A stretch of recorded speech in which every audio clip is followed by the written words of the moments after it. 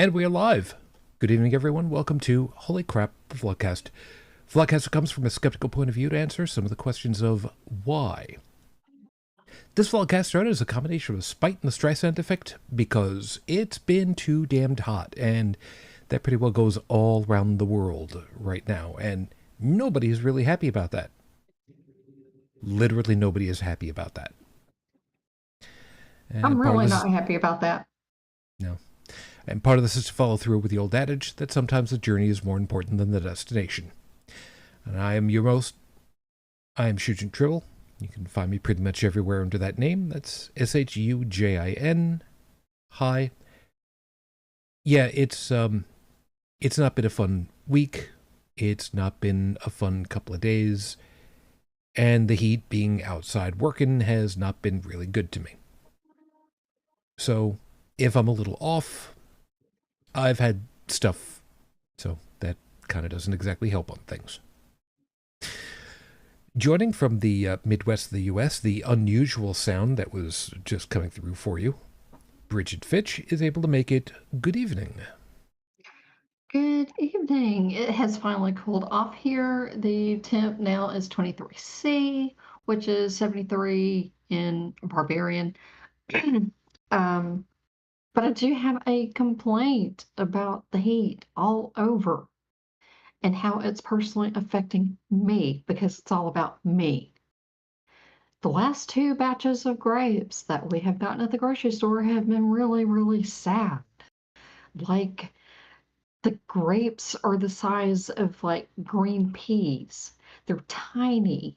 The skins are really, really tough and they're tart. They're not sweet. And so that tells me that there's either supply chain issues or weather related issues or both. But fresh produce has been sucking for a while, but now the grapes are just horrific. Just don't even bother. And these were green and purple, but they were just nasty. Yeah, it's not really good. I'm just realizing that my camera was a little off from the pointing that it should be. And watermelon about 2 days ago. Next day it was bad. Yeah, it's. I mean, like great. Sour. It was rotted. It was sour. That's not good.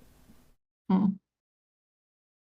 And I just noticed as I'm figuring around with my camera setup over here, we just got joined late, but still there. UnrenownedTech.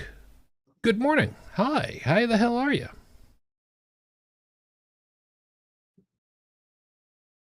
You do know how to use a push-to-talk switch, right?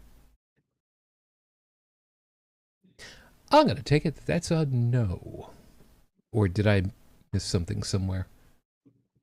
I'm not hearing tech. Oh. He says he's here, but he might miss the intro. Well, I guess there's no more question about that. He missed the intro. To change my microphone. There it is. Discord chose to change my microphone. I understand that all too well. Good to have you, man. How you doing? I'm doing all right. How you doing? I have personally been far and away better. For various reasons.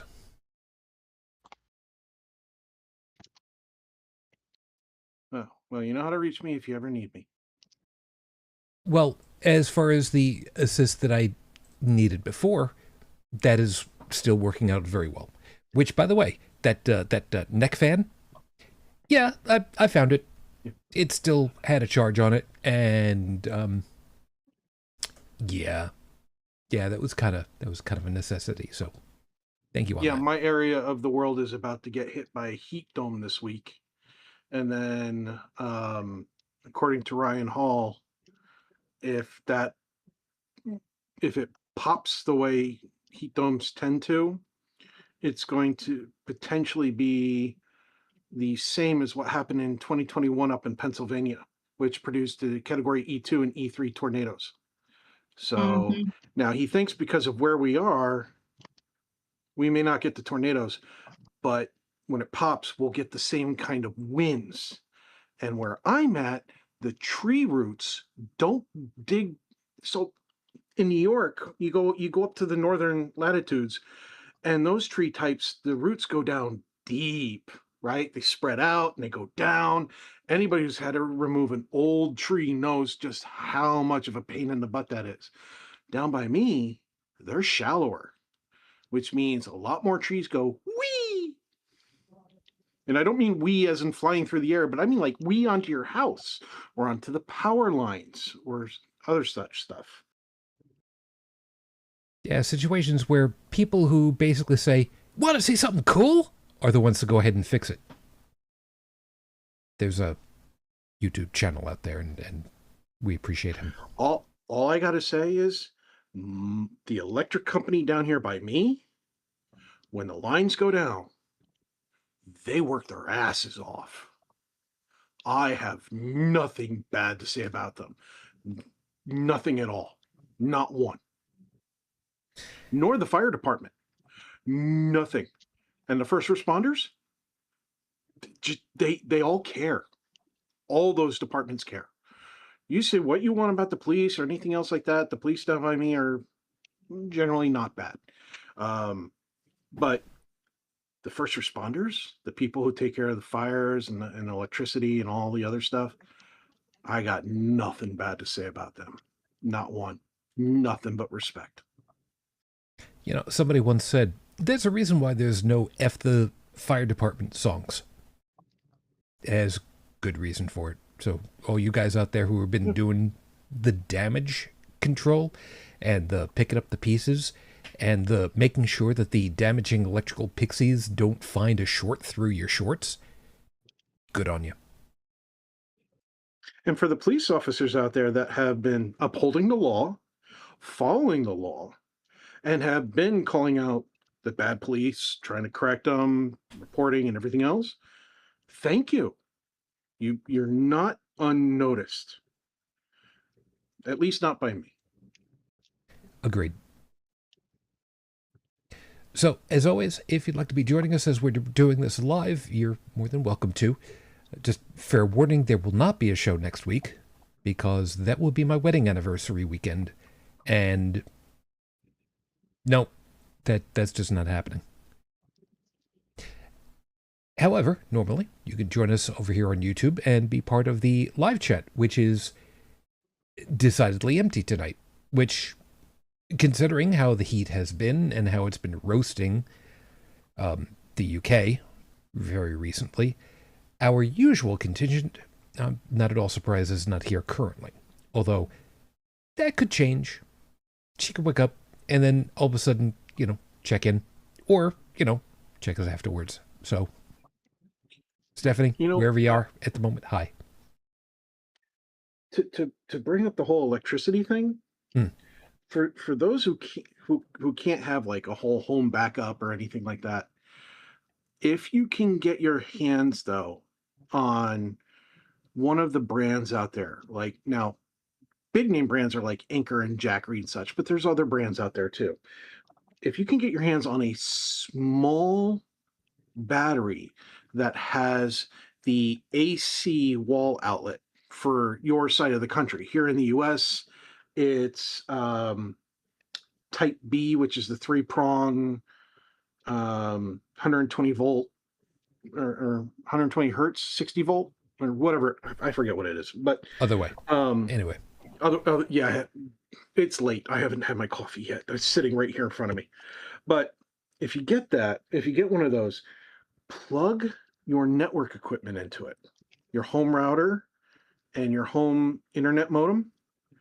And that way, at the very least, if the cell towers go down, but your internet provider, maybe it's through the cable company, maybe it's through a fiber optic company or whatever, you plug that stuff into that battery, you can give yourself another 9-10 hour, anywhere from a couple to maybe a half day's worth of internet access through your phone or through your tablet or your laptop. You can turn it off and then save it for when you need it, that sort of thing. That is just one potential avenue of having a backup in these very bad weather times. And that could mean the difference of life or death. There is that. And I just realized, chiming in over there on the chat, speak of the devil, and up she pops. Actually, both of them. Stephanie showed up. Lexa showed up. Good to see you guys. And for the record as well, for those of you that are a little concerned about the overall power usage, air conditioners use a lot of power by comparison to a couple of box fans. Worst case, the lowest point that you've got with air, put one sucking in, wherever it is that you can, as high up as you can, have one sucking out. 2 box fans, even 3, constantly running, are still not going to have nearly as much power draw as an AC unit. Just to keep in mind. It may be a little bit more uncomfortable by comparison, but you know what? As they say, you kind of do your part. So keep that one in mind. And for those of you that do have backup power supplies for your entire houses, please triple check to make sure that there is a lockout switch to engage. Because you do not want to be feeding out into the grid from your house and potentially zap somebody. Don't let that happen. I got a question for Tech. I know that you mentioned Ryan Hall, y'all. Right? Yeah, I like him. Yeah, I watched him and Max Velocity. Max Velocity, there's another one. I love Max Velocity. Don't know who you're talking about, so... Their YouTube channels, they're really good at... They only watch extreme weather patterns. They don't tell you, tomorrow's going to be a rainy day with a little bit of sunshine, you know, all the stuff that we grew up with and that your regular weather channel does. They go, this is the part of the U.S. that's going to have hurricane warnings. This is a part of the U.S. that's going to have hail warnings. This is the part of the U.S. that's going to have thunderstorms and severe winds that could be knocking down power lines and trees and flooding and all the severe, like out on our west coast here in the U.S. right now, towards, I think it was northwest of Colorado, up near Idaho and such. They have temperature warnings of like potentially up in 120 degrees Fahrenheit, freedom units, Fahrenheit, very low humidity, like down towards the 10% range, and high winds, which means if there's a fire, a forest fire, that's a bundle of matchsticks waiting to happen. So they cover that sort of weather stuff, and both of them are meteorologists with degrees. So it's not, or certified meteorologists. So it's not like these are just somebody in their home. They actually have teams. They communicate with well-known storm chasers and get live feeds from them and everything else too. So they keep track on that. And when something's hitting hard, they stay live. And there have been police departments, fire departments, first responders, who have gone to their channels and said, thank you for what you did. You saved lives. That's how important weather people and meteorologists really are. And one thing that I will vouch for now, Ryan Hall, y'all, has more subscribers than Max Velocity does. But I mean, either one are good. If something's going on where you are, you want to tune into them. And one thing that I can say about Max Velocity, shout out to Max, is I was watching him when we had some storms come through, I don't know, 3 or 4 weeks ago. And Max called it even before the National Weather Service here called it. His tools are that good, and he's so focused on stuff. And he's like, if you do not have, sirens should be going off here. They're not. We haven't gotten any alerts yet, but they should be from looking at this. And sure enough, he nailed it. And then after he said, you need to take cover now because blah, blah, blah, blah, blah. And I was watching the radar with him. Then the sirens went off like 5 minutes later, but he nailed it. He's that good. Yeah, there's also there's a good portion of that is just, never mind the computer models, knowing what happens. Computer models are all well and good, but there is a certain human factor that also goes into it.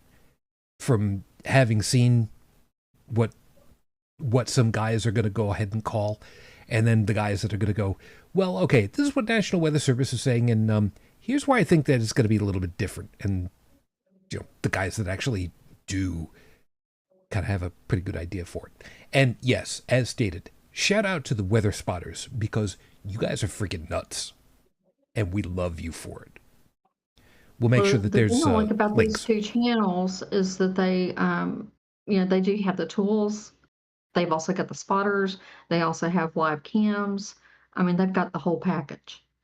And, Max Velocity is not like fearmonger, yelling into the camera or anything. He's very calm, but he's very persistent. Good. Yeah. You would like we'll see about getting links over in the show notes and make sure that that's taken care of. Otherwise, let me go ahead and get stuff rolling over here. Let's see. Lex is also pointing out, I'd also say, if you don't have a generator or beefy battery power stations, if you have them, at least make sure to regularly charge the smaller backup battery packs if you have them. An excellent piece to remember. If you do have rechargeable packs, this is the time of season to make sure that you've got them topped off. Every once in a while, make sure that they are. Make sure that you've got a spare supply of, double, triple batteries. It's less common to get other ones, but if you happen to find at a secondhand store one of those handheld crank radio lights, charging stations, I don't care what it is that they're charging for it, buy one. So long as it cranks and it turns on the light and it turns on the radio, buy one. Keep it. I do want to add one little thing, and this is for the people who are the haves. If you have the kind of battery bank that can power a refrigerator for half a day or more, which are the big ones, right? I would urge you, learn if any of your neighbors or their children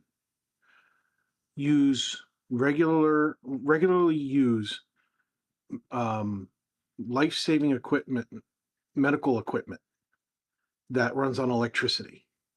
Because while some of those things have built-in batteries, and while some of those people even buy their own battery backup systems, their medical bills are usually so high that they can't afford the big things. And while their stuff might work for 1 hour, 2 hours, 3 hours, or even half a day, if you've got a 2-week outage, their battery might be gone. And I can tell you right now, just a couple extension cords is all it takes to save a life in that case. That's all I'm saying. It's fair. And one last item. I am highly inactive, to put it mildly. I still have my ham radio. Could I listen in and hear what's going on? Absolutely. I can pick up a lot of stuff on this. It's been modified to be able to pick up things like the AM band. Not broadcast AM, like UHF VHF AM, meaning aircraft. So if I wanted to hear what was going on for a lot of stuff, I'll be able to pick it up on this guy. Should you have one? Probably not. But for those of you that do know how these things are supposed to operate and are licensed for them and know how to keep them in good shape and safe, you guys are also doing, as the expression goes, the noodly appendages work. Respect to I you also guys, want to too. point out here in the US, with regards to that kind of radio, GMRS, ham radio, family radio, all that stuff, even if you're not licensed to broadcast and you only use it to listen, if you... Forgive me, I'm going to be pedantic for a very good reason. The term is transmit. There's a very, Transmit, very correct. specific Yes, reason. I know. There's a difference between broadcasting and transmitting. I'm sorry. Yeah, If you're finish your not point and then I'll do licensed, mine. I should know better too, because I have a license. Um, if you're not licensed to transmit, okay, but you are in a life-threatening situation to either you or your property, right? Um, and there's no other avenue of communication. Cell phone towers are down. You have no internet access.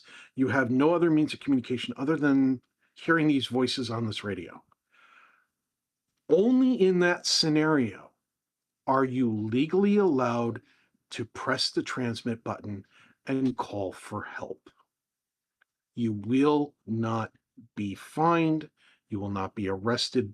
The FCC will not come knocking on your door, because that is a dire emergency. Okay. So it's something to keep in mind if you do have one of those around. Maybe it was a spouse's or friends or whatever, and it works, and you occasionally turn it on and just listen to people chat because it's not encrypted. But now you find yourself in a very dire threat and you have no other way to contact somebody. You're allowed. 2 items. 1, don't take legal advice from a podcast. What are the regs on it? I don't remember anymore. Could it be exactly as he stated? I would have no problem with the quote-unquote Good Samaritan clause, shall we say, but we can't say for certain. And item 2, the pedantic part. Legally, broadcasting is different from transmitting. Broadcasting is what a commercial radio station does. It sends out a signal with no intention of receiving anything back. That's broadcast. That's just going out to everybody. You're not allowed to do that on ham radio especially. The only one who is kind of sort of allowed to do that, kind of sort of, is NASA, and that was especially a big thing with the shuttle launches so that you could actually hear what was going on with those kinds of things. It's now many years after that, so it's a little hazy as to what you can get away with doing and what you don't. So, again, don't take legal advice from a podcast, especially as reverts to federal and international law, because international law kind of handles some of the radio stuff. I can get on that another time, because there's some screwy stuff about that, but that's another time. Yeah, I mean, if folks, you have access to the internet, if you want to read more about it, you can actually read up the FCC regulation for yourself, and it'll spell it out clearly. If I can find it, I'll have us add the FCC regulation to the show notes so you can read it yourself. And we'll see about linking you to the American Radio Relay League. They'll also have all kinds of information available, including groups in your local areas, and they will also have affiliates, if I remember correctly, to the various other groups in other countries, because, everybody kind of helps everybody else that way. Ham radio is a very cool thing. That being said, we got to get everything rolling over here because time's ticking. And I think it's a probably really good thing. So let me go ahead and get everything started over here. So with 5 minutes on your clock, your 5-minute freestyle is going to start here.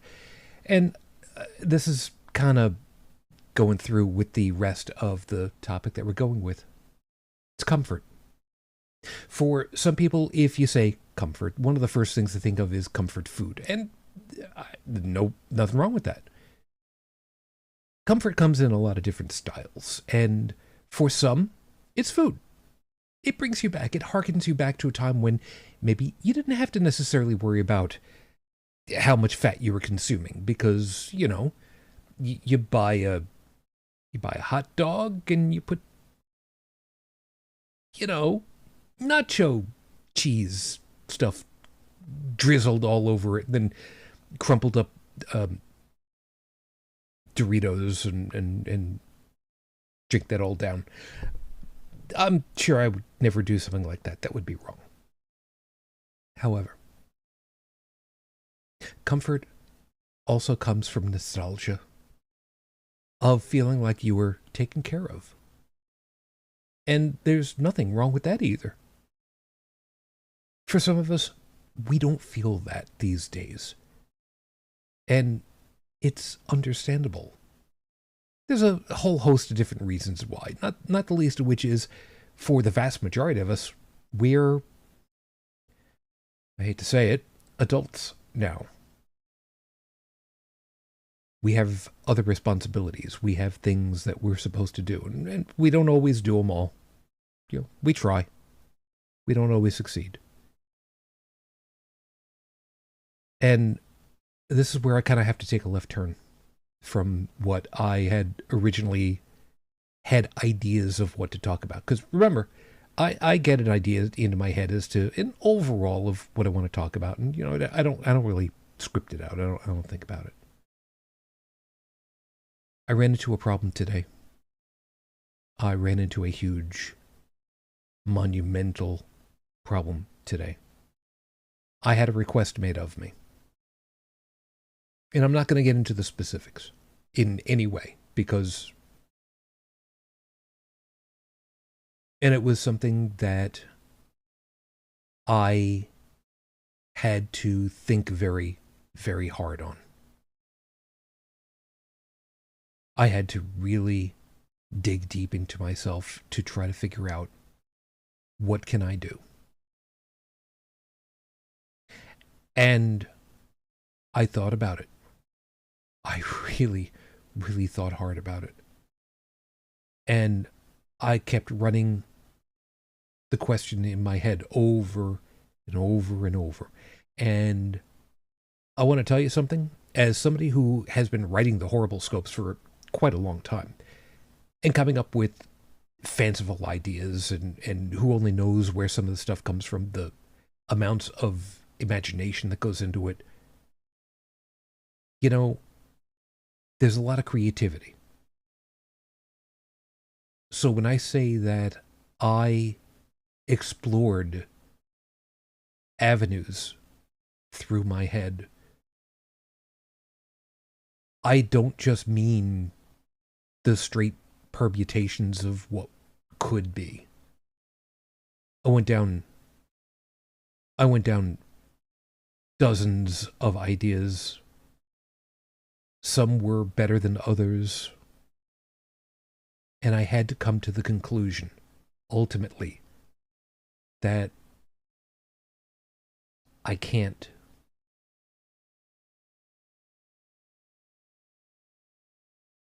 And that kills me. Because I want to be able to do. And I cannot tell you how badly. I want to be able to do one more thing for one more person, for one more chance. And in my current situation, I can't. And I cannot tell you how much that kills me. Because if things had been different, if something had changed, if I still had the family that I wanted, that we expected to have,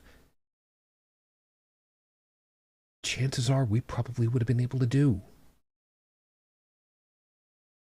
But I can't. And because of that, I don't have comfort for myself now. Never mind for someone that needs it too. The hardest thing in the world is to try to look at yourself in the mirror and realize if there's nothing that you can do, what can you do? And I have to look at myself on the screen, in my mirror, and I have to try to come to the grips of You did what you could. And you can't.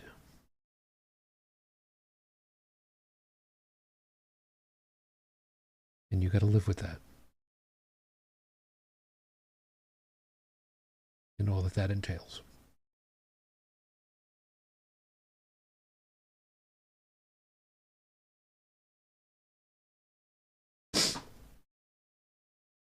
It's fair to say that there was a lot of lost context because I'm not going to give it all. I sincerely hope that there is something to be done.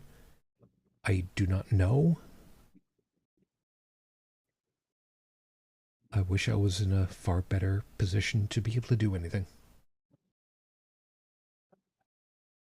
And all I can say is that I'm sorry that I'm not.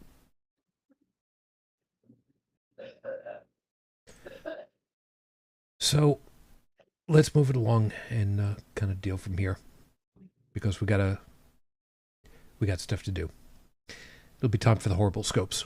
For those of you that know what your astrological sign is, cool. Those of you that don't, you can figure it out any way that you'd like to, any time that you'd like. I still have my I do still have my D12 over here on the desk, and I refuse to use that anymore because I don't want to get down on the ground to find it after it's tried to commit suicide by jumping off the cliff that is the backside of my desk. I'm an old man. I don't particularly care getting down on my knees and having to use my flashlight to try to find the stupid thing afterwards, because it is black, and so are the shadows. And they do jump. I've seen them. So a couple weeks ago, if you've been paying attention, we told you about some summer camps that kids and a handful of you adults could go to. Well, first round of them are coming back. Congratulations. And we're taking you all out for ice cream. So cover up that sunburn on your face. Let's see who gets to enjoy what. And by enjoy, I mean that we're rolling percentile dice against the weirdo meter, and we're going to see just how weird your scoops are going to be. Congratulations. Aries, with a roll of, and these were all done randomly, 17. Not very weird, truth be told. So we're getting you something that is still classically not weird, but still with a good amount of whimsy to it. Straight out of Iowa. How about chocolate-covered pretzel? It's a sundae of chocolate ice cream, a little hot fudge, whipped cream, sprinkled with chocolate-covered salted pretzel. That sounds delightful, no? So this week, the sweet and salt and fat combination are going to do bad things to you in the summer heat. Be sure you drink all the water they bring over to your table. Taurus, we're going way up the list for you because you rolled a 77. Wow. So that takes us to a flavor sort of popular in the great state of Michigan, Play-Doh. Look, we didn't make it. You didn't make it. Hell, neither Cold Stone Creamery nor Carvel made it. But somebody does. And now you'll get to re-experience your formative culinary years one more time.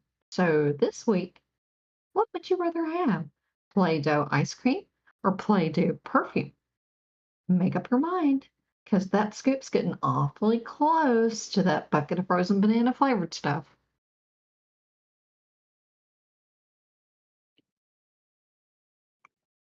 I'm so glad you're getting this one, Tech. I left the mute on. Oh, great. Considering I belong to that church, this is going to be great. Gemini, with a roll of 34, we're finding something that both works, but isn't that common to find. And since we're still on this side of that 50-50 split, it'll be good. Let's get you a chance to mix ice cream with meat, specifically pork. More specifically, bacon. Bacon ice cream has several forms, usually as vanilla with bacon crumbles on top. But see, that's just cheating as far as we care. Yours needs to be made with actual bacon through the whole freezing process. Bacon grease needs to help emulsify the whole experience, plus add crumbled pieces in the main dish itself. So this week, if you want to try this out for yourself, just make crispy bacon and sprinkle it on your bowl of vanilla ice cream. You'll be a believer. All hail bacon. And for those of you that have Speaking a, of yeah, if you've got a Five Guys right nearby, you can get a vanilla shake and add bacon to it. Yeah, and speaking of bacon, have you heard lately that there's parasites, some kind of parasite infection going around that you get by eating fresh fruits and vegetables? Oh, We don't yeah. have that problem with bacon. La la la la la, not listening, not listening, not listening. Cancer Moonchild, with a roll of 6. There's not much wiggle room for weird right here, but let's see if we can get you something that's common enough but still fun. So how about, and let's see if my pronunciation works correctly, Toll House Caulk. It's not actual insulation, but it's got a similar color as a base. So picture an off-white vanilla with Toll House cookie crumbled up into it. Not cookie dough, but actual baked cookie pieces. So this week, the name sounds wrong, but it's going to be so good. Besides, remember how you used to make your own ice cream sandwiches as a kid? It's just that, but open-face sandwich now. Leo. Well, this is kind of boring, but okay. With a roll of 24, we're making it interesting, but not really that strange. Say hello to a classic by any stretch of the term, Neapolitan ice cream. Sure, it's considered by many to be the best of the worst, but come on now. You like 2 out of the 3 flavors, at least. So this week, you know, if your dad hadn't traumatized you with all those strawberries when you were a kid, you might actually like this combination. Maybe try it again and see if you do like it. I'm reminded of the episode of Simpsons where Homer Simpson goes into the freezer, opens the cardboard container of Neapolitan, and the entire chocolate section is cleaned out, but the vanilla and the strawberry section are completely untouched. And he gets disappointed, and then he sees another container of Neapolitan ice cream, opens it up. The entire chocolate section of that is cleaned out, but again, the vanilla and the strawberry are completely untouched. And then he goes, "Marge, we need more chocolate, vanilla, strawberry ice cream." And I'm just like, just get chocolate. By the way, baking goes really well with chocolate ice cream.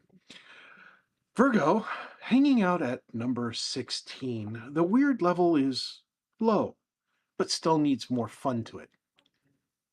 So how about mixing vanilla ice cream, fudge swirls, and peanut butter cups? That's right, you're getting moose tracks. As anyone knows, full-grown moose hooves are staggeringly large, roughly 12.5 centimeters across, or 5 inches, or in other terms, how big you claim it is, you lying liar. So this week, did you use that my boyfriend is from England line to snag a makeout session with the cute camper from Niagara Falls? Did it work? Come on, tell us. It's gossip season.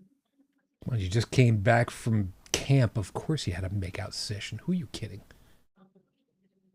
Libra, we're still on this side of the midline. So with a roll of 44, it can't be something too weird, obviously. So how about rum and raisin? Adding grapes to ice cream isn't easy to do, but apparently raisins work far better. Plus, who doesn't like adding rum to their dessert? So this week, if you add more rum, like poured on top, you could light it on fire, take a scoop and pop it right in your mouth to scare everyone. Just be sure to do it right. Don't singe your eyebrows. Again. You blow out the fire before you put it in your mouth, folks. That's the trick. If you're not blowing out the fire, you're going to lose eyebrows again. Scorpio. Picking from a quarter of the way to the line of bad, how about this one for you? Our choice for your 27 is only just weird enough. Carrot cake ice cream. Whoa. You can find birthday cake or wedding cake ice creams, Cold Stone. But this one crossed the line into ice cream versus tubers. And let's be clear, sweet potato casserole ice cream is a thing out there too. Ugh. So this week, no. So this week, just when you think things are fun enough, there's a little sliver of what was that in there. Be on the lookout for that. Yeah, we had a discussion about that last night, that, having cake is all well and good up until, there's crunch in the middle of cake, and no. I do want to be perfectly clear. I have had tomato soup cake before, and it does not taste like tomato soup, oddly enough. No. But you know what carrot cake is? Tastes like carrots. Yeah. Carrot cake is good. Carrot cake is, I'm absolutely convinced of this, carrot cake is made intentionally for feeding to livestock. You're wrong. Have you ever seen a horse turn away a carrot cake? I've never seen a horse try to eat a carrot cake. You have not lived. Yeah, I have been sheltered. That's true. It's even more fun to watch the horses eat the apples that have fallen off the tree. Sagittarius, with a roll of 30, we need something kind of out there a bit, but also interesting enough to make you sit up and take notice. So for you, we're getting lemon poppy seed muffin. And we hear you already. Look, think about this a minute. It's not a bad combination. Haven't you put butter on these muffins already? It ain't bad. You're just adding more sweet than before. That's all. So this week, even if you can't find any place that sells this flavor, try making it on your own, but use good quality French vanilla. Don't half-ass this. We've already come to the conclusion. The absolute top of the ice cream food chain is good French vanilla. Good quality French vanilla is absolutely all unto itself. Everything after that is just degrees of, it's good enough. It's getting harder to find too. For me, I'd rather have Dutch not, chocolate. Now, the thing that they're selling in the stores is not real ice cream. It's ice cream flavored dessert. Doesn't have all the milk fat in it. Yeah, this just... I don't know. The Turkey Hill brand one doesn't disappoint my taste buds. Yeah, there was that. Oh, and if we're going to go ahead and we're going to make mention of that really quickly, folks, it's not difficult. Make your own whipped cream. Don't get the stuff in the squirt bottle. Don't get the stuff out of the tub. Make your own. If you've got an immersion blender, trust me on this. It's so worth it. Capricorn. And if you do have to get it out of a can, remember, Ready Whip is ozone friendly. I don't think you're really worried about it at that point. Capricorn, we are being nice, and we are swapping Aquarius's ice cream with yours. And since you rolled an 84, this works well. You're getting Wasabi ice cream. All right. Look. We know, okay? We know. All right, look. It's not as bad as you might think. It delivers heat and sweet all at once. It's got the milk fat, so it won't stay on your taste buds for long. And hey, this does qualify as weird, right?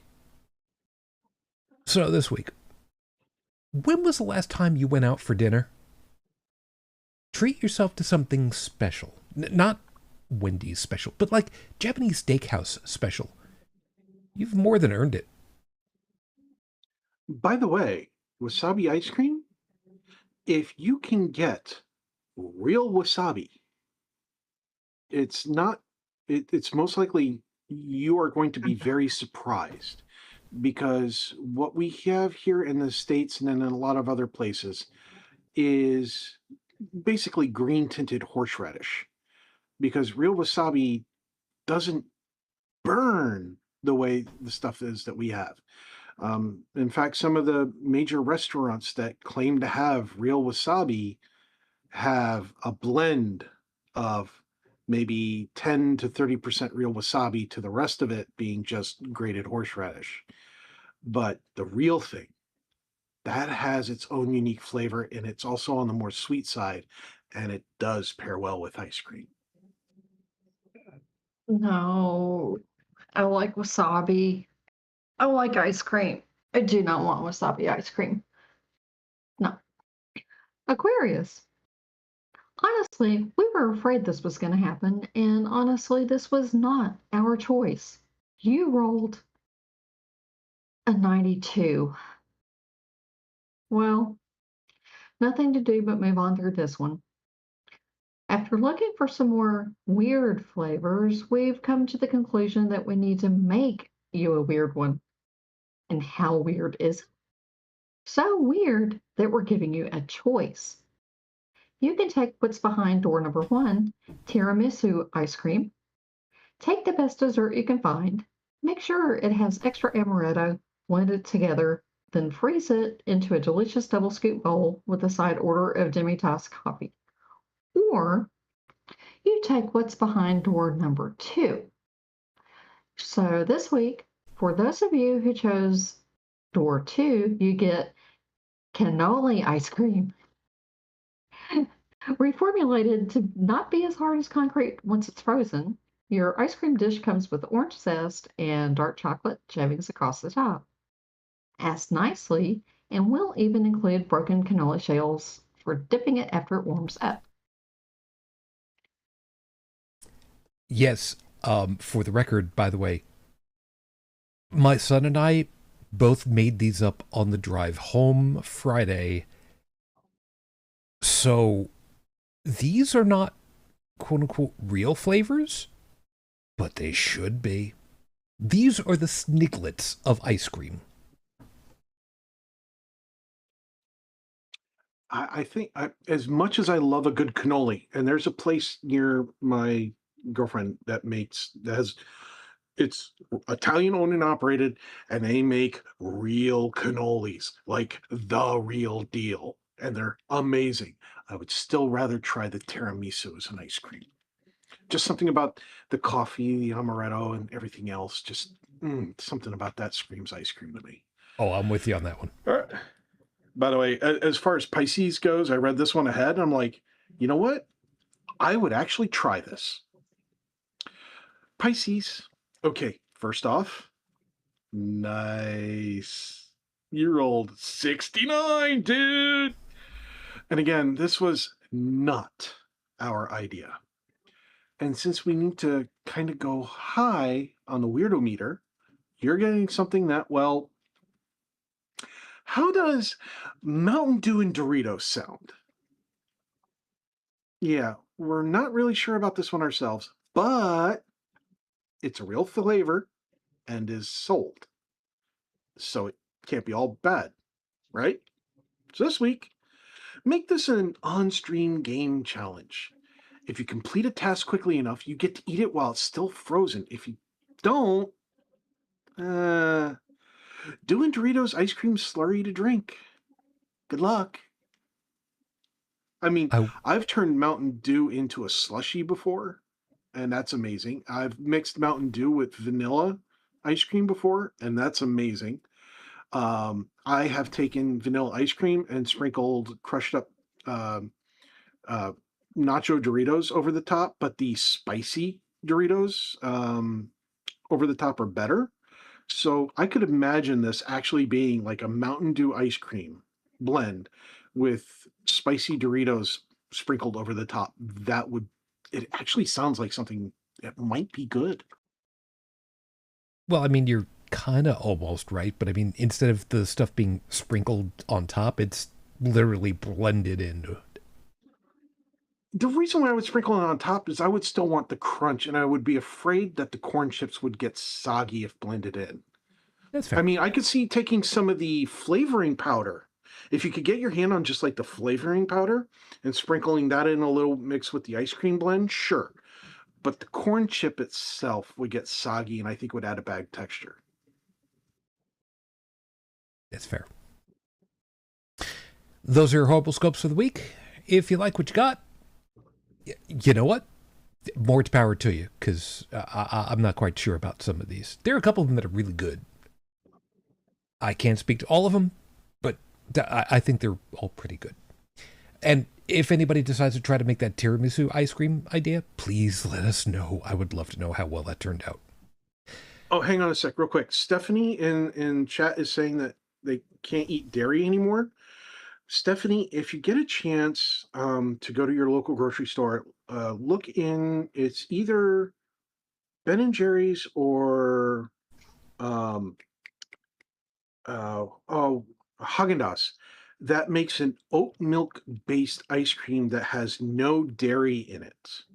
Okay, there's other brands that make no dairy as well, but my girlfriend can't have dairy, and she says some of those other brands don't seem to get some of the flavors right, whereas like the Haagen-Dazs and so on do. You just get the little tiny ones and try them until you get a flavor you like. But there are ice creams out there that have literally no dairy in them, and they're still, they're just made with like oat milk or soy milk or almond milk or whatever. But my girlfriend says that the ones that are made with oat milk seem to taste the best. Where are the teats on an later? We can talk about that later. If you'd like a better or a nastier one for yourself or someone else for next week or weeks afterwards, you can ask me or literally bribe me, because I'll take some money. I mean, I'm not above that. I mean, I'm not going to take all of your money. I'll just take a little bit, because it's only what you decide that you're going to offer up. You can do that over at the coffee page. It's coffee.com/Icarus the Lunar Guard. And these will be posted as usual at the end of the week. Tumblr, Facebook, Coffee, Discord, BlueSky, because that's the way it works. If anybody's got a problem with that, they can take it up with me later. Or not. I don't know. It's going to be whatever it's going to be, because that's kind of the way that it works. Is episode 573 on the docket, Your Honor? What's missing? Kind of alluded to it, or specifically mentioned about it at the opening. Of all the things that we look around and try to deal with, there's a good piece of just normalcy that's missing. Pieces that we look at and we're just like, you know what I really miss? I miss when. And that's kind of what I want to talk about.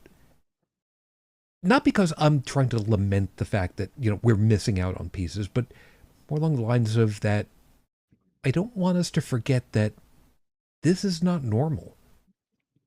What we've got going on right now, the things that people are doing, the examples that are being set, the machinations that some organizations are trying to make have happen, it's not normal. But we can not forget, and we can work towards these pieces actually being right again. So I kind of want to go through a couple of these pieces. Is this going to sound a little bit like old man yelling at storm clouds I don't care. Because truth be told, otherwise, I really wasn't sure what I was going to end up talking about. I wasn't even sure I was going to be able to do a show. That's how it's been for the last couple of days. So I'm going to start off in a very, very simple one. And I'm going to say it because it's something that is jumped up on the news, and it's not exactly, it's not politics. It's Sony. But I'm going to use them as the scapegoat for something that's been happening for a little while now. The dearth of physical media for freaking any and everything. You can start off with actual printed manuals and instruction guides, everything needing an app to make work, unlock keys for software, where previously it came on an install disc or a cartridge. You actually physically owned a copy. But as somebody pointed out, if you go and you purchase, in scare quotes, a game title, and then suddenly the group that you bought it through no longer has rights to it. I'm looking at groups like GOG, or the Epic Store, or God's Help Us Steam, and then suddenly, oh, we don't have licensing for that anymore. So, geez, sorry. Yeah, it was in your account profile, and yeah, you did buy it, but sorry, you can't download that anymore. You know, if you'd seen that email from 3 weeks ago, maybe you could have downloaded it and gotten it in there before we turned off the lights. But geez, sorry. So how am I supposed to play the game that I bought? Oh, I didn't buy it? Oh. Yeah, give me CDs. Give me cartridges. Give me something physical that I can take an offline computer and play. Thanks, guys. Thanks so much.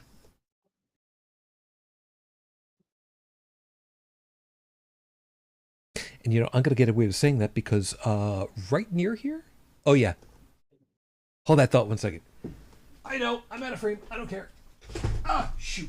Don't, no. This stuff is sliding sideways. Here is why I think it's important for that. How many people have actually got their copy of Unreal Tournament 2004? I know somebody who does. That'd be me. Does it still run? Like a dream under emulation. But that's just me. Thank you, Atari. Oh, and that's right. How many discs did it come with? Let's see. 1, 2, 3, 4, 5. And there are still mods all over the goddamn place for it. And they all still work. Most of them still work. Even the ones that aren't naughty. You're welcome. Leisure Suit Larry. Excuse me. I loved Leisure Suit Larry. That was great. What I thought was funny is one of my friends got a hand on a copy of it, and he thought it was really funny what he thought it was going to be versus what it really turned out to be was absolutely hilarious. His level of disappointment.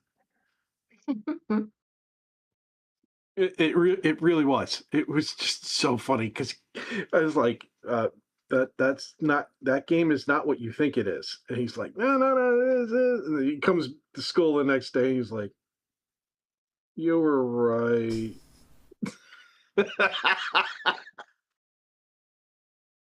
It's all good. Well, what's really sad is, I still have all of my discs in games, even going back to the original EverQuest and the expansions. Whoa, You whoa, know, whoa, so whoa! I have to interrupt you there. We have to call it by its proper name, Evercrack. Evercrack. Yeah, I still have Evercrack and all of the expansions and the boxes and the, art I and all almost that. lost my job over Evercrack 2. I got Evercrack 2 too. And I played Evercrack 1 for like 8 years. But this computer that I now have no longer has a CD-ROM drive on it. So it's not Um, like I can load my discs. they have USB CD-ROM drives that just connect to a USB connector, USB-A. They're like 15, $20. I may have to get one of those because I'm old school and I preferred getting all of my stuff, physical media. And it's not because I foresaw this coming to where you no longer own any games that you buy. You just lease them and then they can just like rip them out of your library. But that pisses me off that that's even a thing now. So you no longer really own anything, even though you bought it to own it. So here's my next thing to show you off. 1, Yeah, Crown Royal Crown Royal bags. bag for 2, your dice. 3, 4, 5, 6, 7, 8, 9, 10, 11, 12, 13 in the traditional purple. And I bet you got green and I don't remember who's. Oh yeah, this is theirs. The sand brown is one of those. The not purple, that off kind of red purpley kind of thing. One of those. Yeah. I've got a lighter sand colored one, which is kind of cool because this one's got the tassels on it and everything. I like it. And then we have this. This one. With an actual, honest to God, and I can say this with all certainty, actual leather lace threaded through it to pull it closed. This one, the hand-selected barrel. Now, Nice. I had gotten a bunch of these from one of the customers a couple of years ago at the shop because her boss had them in his car that she was using to donate stuff. And her words, he drank this stuff like it was water. And he didn't have any use for them. Well, what I had done is I got the double-size bag that was in this collection. And I sent it down to my sister in crime, who I am sincerely hoping is still in okay shape. I'm not sure how Cheska's doing right now. We had a private investigator track her down to make sure that she was okay, because we had not heard hide nor hair from her. She, last report, was doing okay, just not with any good prospects for data access and such, so okay, I am trusting in her to keep herself safe. However, I sent the double-sized purple one down to her. The double-sized purple one had another different colored one that was in there, which was covering a different colored bag, which was covering a different colored bag. It went down 7 levels until it finally got to a little box. A little bowed out box. What was in there? A very special D20 that I bought for her. It was slightly oversized, with the 1 and the 20 changed. It was the one that, for the 20, said, "Fuck you." And for the 1, it said, "Fuck me." Aww. And I bought that one for her. When it arrived to me, I opened the box to confirm, yes, it's in there, and I did not physically touch it. I closed it back up, closed the box, put it in a whole bunch of these things, like I said, 7 deep, and then shipped it to her, and she loved it. She hated me for making her go through all of that, but she loved it. I still miss my sister in crime. And I ain't even fucking By the way, done if you yet. go to crownroyal.com, you can buy their bags separately from the alcohol. That's just a travesty. Well, considering I can't drink the stuff. Yeah, true. That's just stinking thinking. Another thing that I'm glad that I've got hundreds upon hundreds upon hundreds of CDs. Yep. And some of them I even have 2, 3, and 4 copies of CDs just in case there's any, scratches or damage comes to it or anything like that, ones that I really want to keep. So I've got some duplicates in there, and all of my movies and DVD, Blu-ray, all that stuff, and I'm keeping them. Because this whole thing with buying something on, I don't know, Amazon or whatever, you can rent it or you can buy it for like $30 and then have them take it away from you. And same thing with your, Kindle. Same thing with your playlist. They can decide, oh, you paid for this song, but you no longer own it. So we're just going to delete it and not reimburse you for it. And that pisses me off. And people wonder why I built hexadecimal. Well, I ran into a problem. I'm an Audible subscriber. I like listening to books. Yes, there are other methods and services out there, but I was an Audible subscriber before it was bought by Amazon. And couldn't quite see myself to get rid of the account.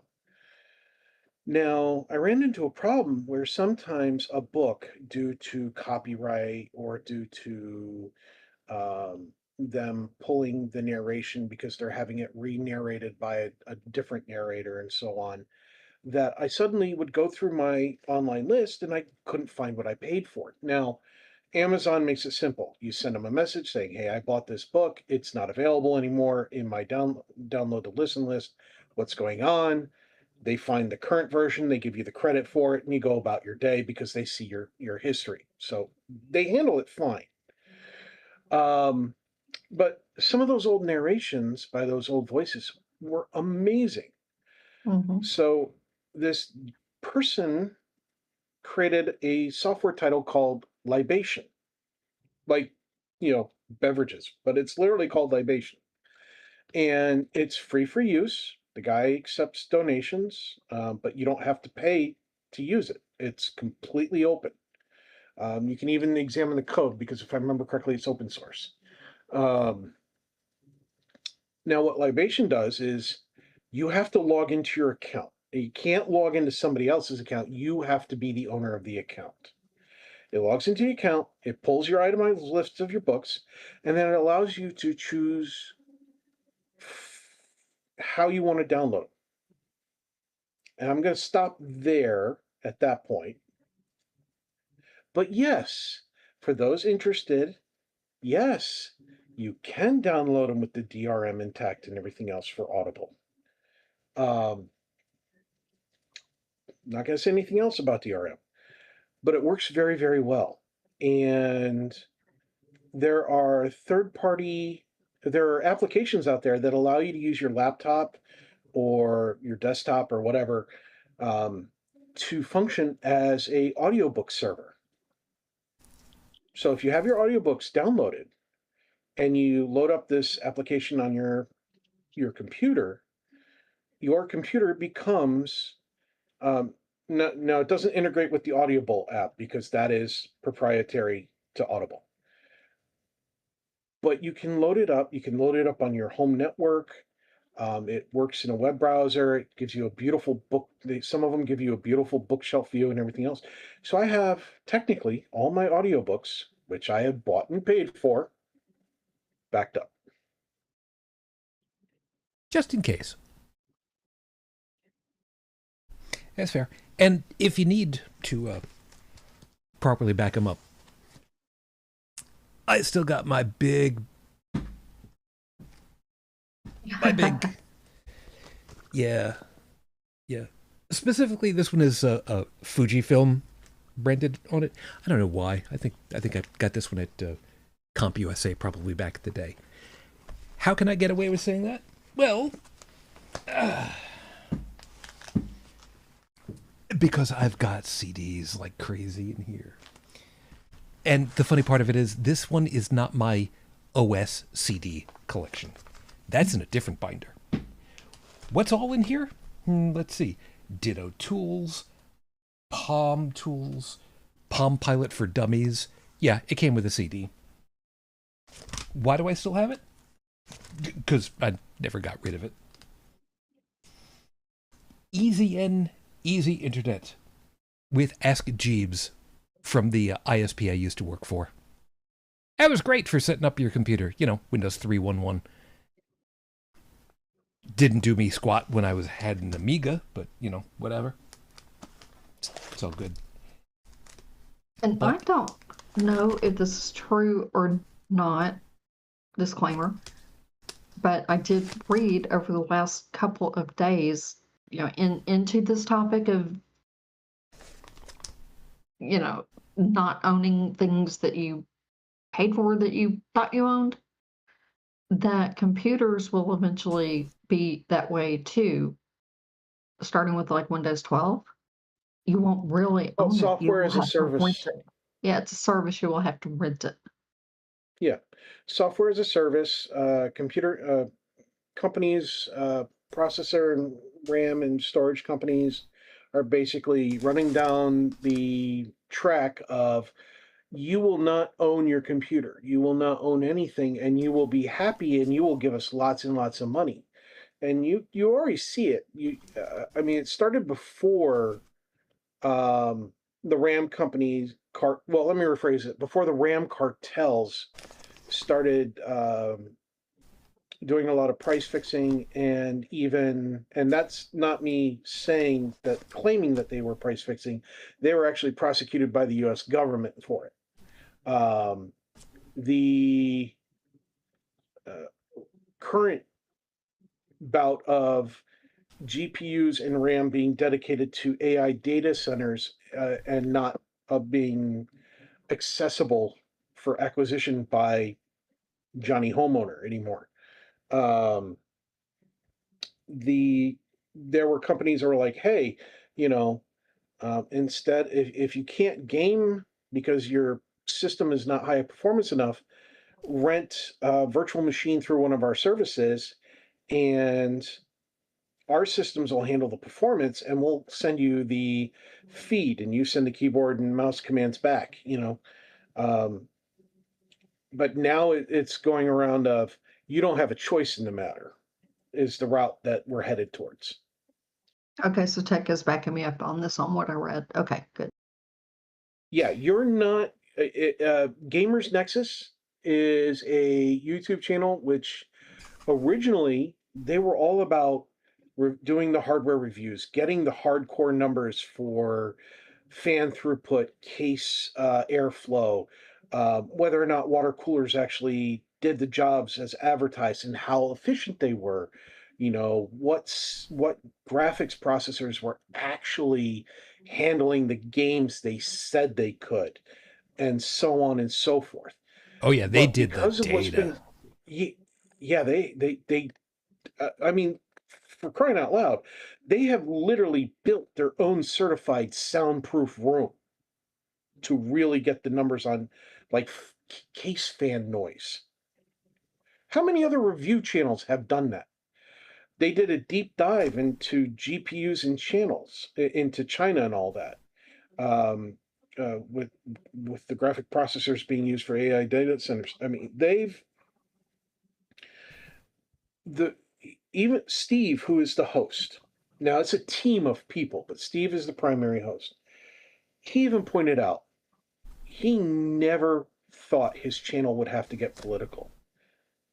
But unfortunately, the companies have made it political, and therefore he has to cover it, and he hates it. But he also knows if he doesn't cover it, people won't know. So if you really want to see what's going on with the RAM and the storage and the processors, NVIDIA, AMD, and the rest of them, and everything else that's going on, go watch his channel. I'm serious. No, that's fair. Yeah, You know what? and vehicles will be the same way. I mean, other than, having to pay a car note and things, you'll have to pay, a monthly licensing fee to be able to get it to work.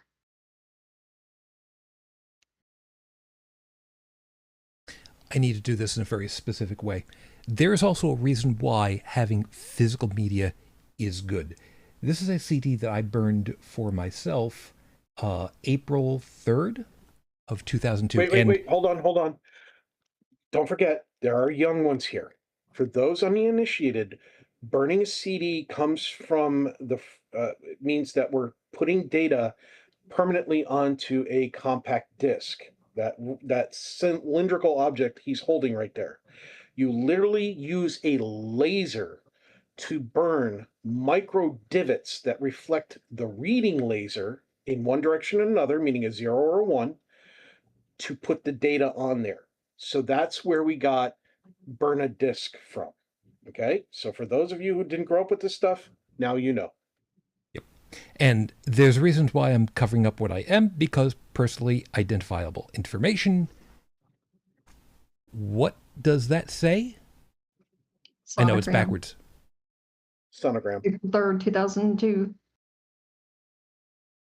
This is the earliest that we have. This was April. Kiddo was not born until August. Yeah, that's mine. Why do I have that? Why wouldn't you?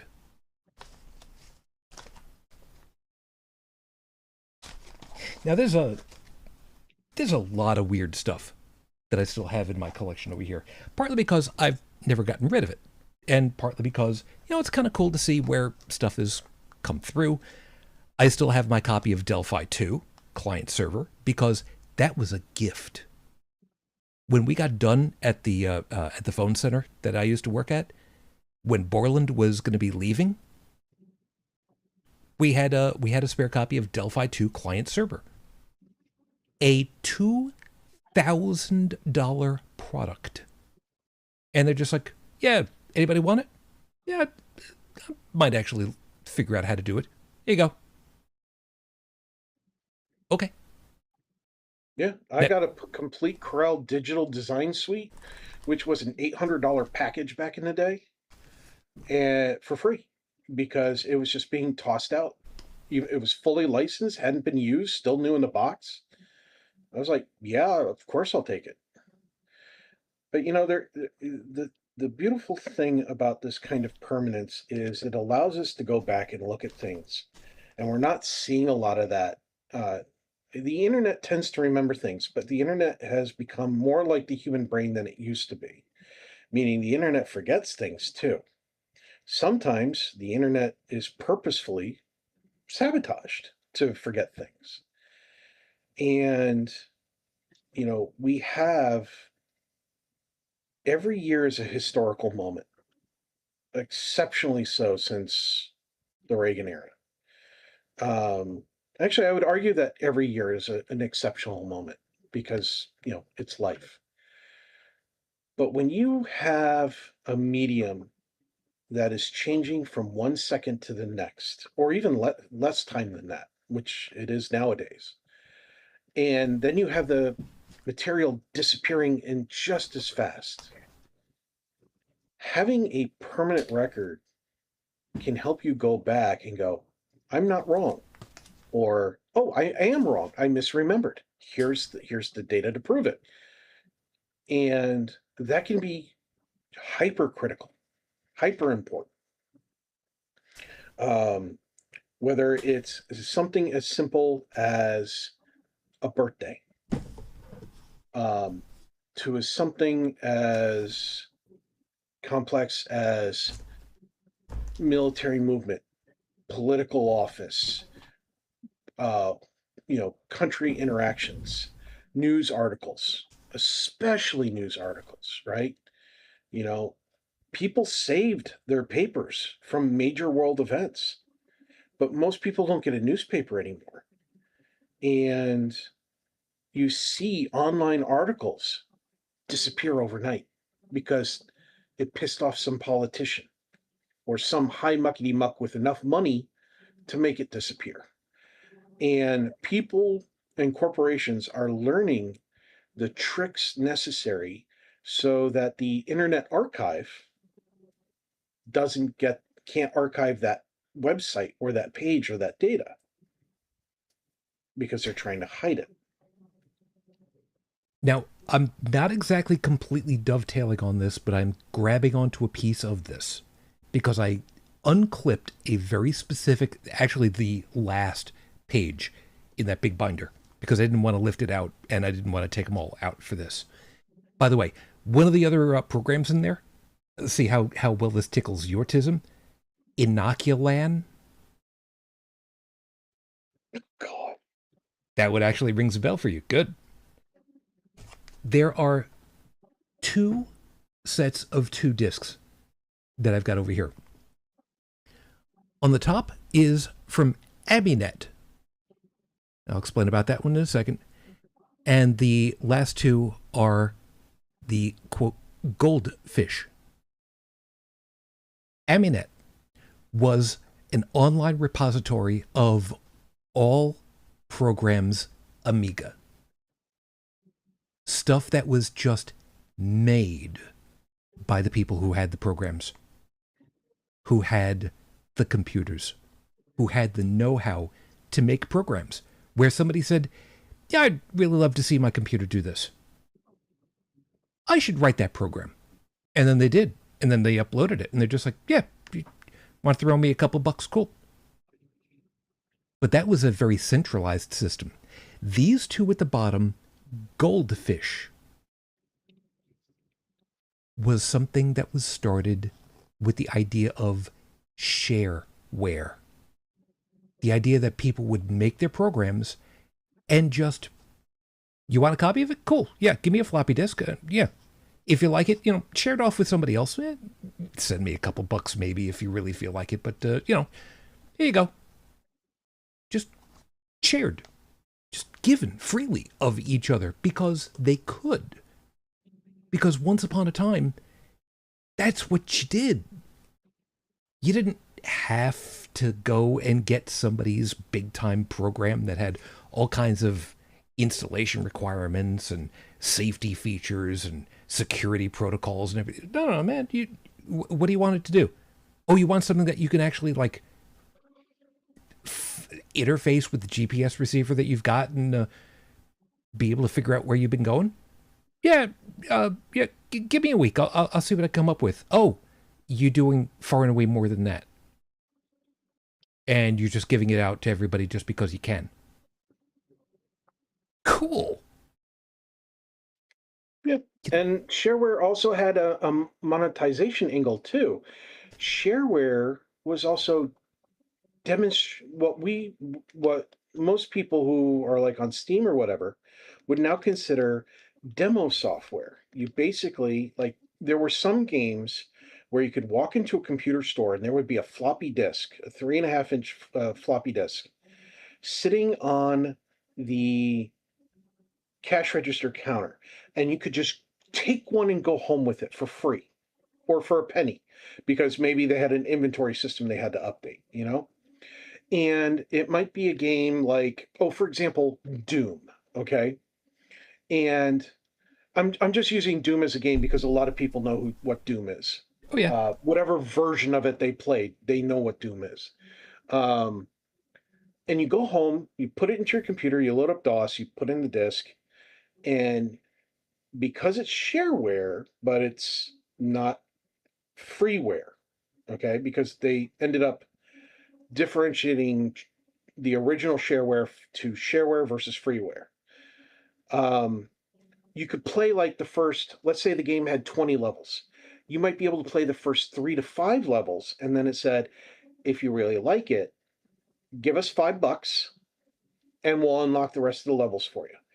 And you would go and you'd pay the $5, you'd get a code, you punch it in, and boom, now you had the all access to the rest of the levels. You didn't even need to download a new copy. It was all on that disc. It just had to be unlocked with a code. And when that started happening, the original shareware, where people were just sharing it without money, being a requirement to unlock, got renamed freeware. Now, Brigid, I want to have a little fun at your expense on this one. Uh-oh.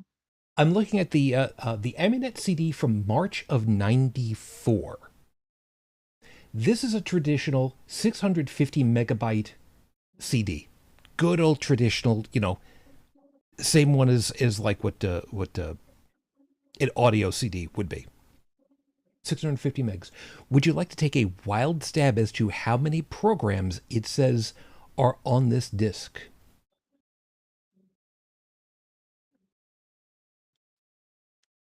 And I'll give you a hint.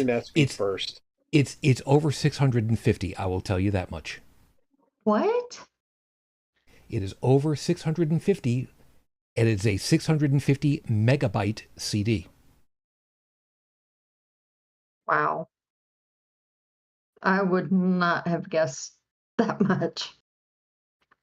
So, I remember when companies started doing this stuff, and at first it was, here's a disc, here's a CD with 50 programs on it, and then suddenly it went up to 100 programs, then it went up to 1,000 programs, and then there was one that advertised 3,500 programs, and then some idiot company tried to claim like 10,000 programs, but half of them weren't even functional or anything. They were just kind of advertisements for programs. They didn't really do anything.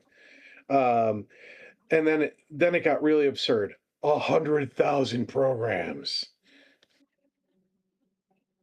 It's not that many. You were actually pretty close. Would you like to hear the number? It is in the 2,000 range. Yeah, I'm sorry. Was it in the what range? Let me guess. It was in the 2,000 range. Keep going. What? 4K? No. Not 5? That much. No, not that much. So about 3.5. 3,800. Yeah, okay. So, yeah, around 4K. 3,800 current programs from the Amunet archive on the internet. 650 megabytes of programming utilities, games, demos, images, a vast collection. Folks, this is what efficiency in programming gets you. And I'm saying that after having found out that marketing. And I'm saying that from the standpoint of, the Amiga did not exactly do gangbusters, admittedly, but then again, the guys at Commodore at the time didn't know how to market themselves other than, let's push the stock value all the way down and we'll buy it all up. And when we let go of the company, somebody else will bring it up and then we'll make a killing on the market. Oh, they crashed. Oh, well. So, yeah, once upon a time ago. And the thing of it is, at this point, where else is this stuff archived? Chances are, and I haven't actually looked up in like the longest time, I have no idea if Amunet still exists anymore. Probably not. But these discs still do. And if you compress them and put them on a server somewhere, an ISO image can be mounted anytime you want. And you don't have to worry about accidentally putting pits in it.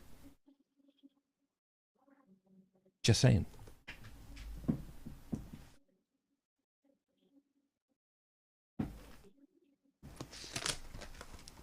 And that's also why I particularly care for paper medical records. Thank you very much.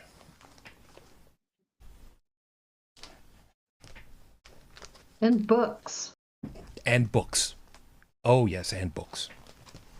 Oh, hey, I love to read a good book. I really do. I have plenty of them. And I still get more on occasion.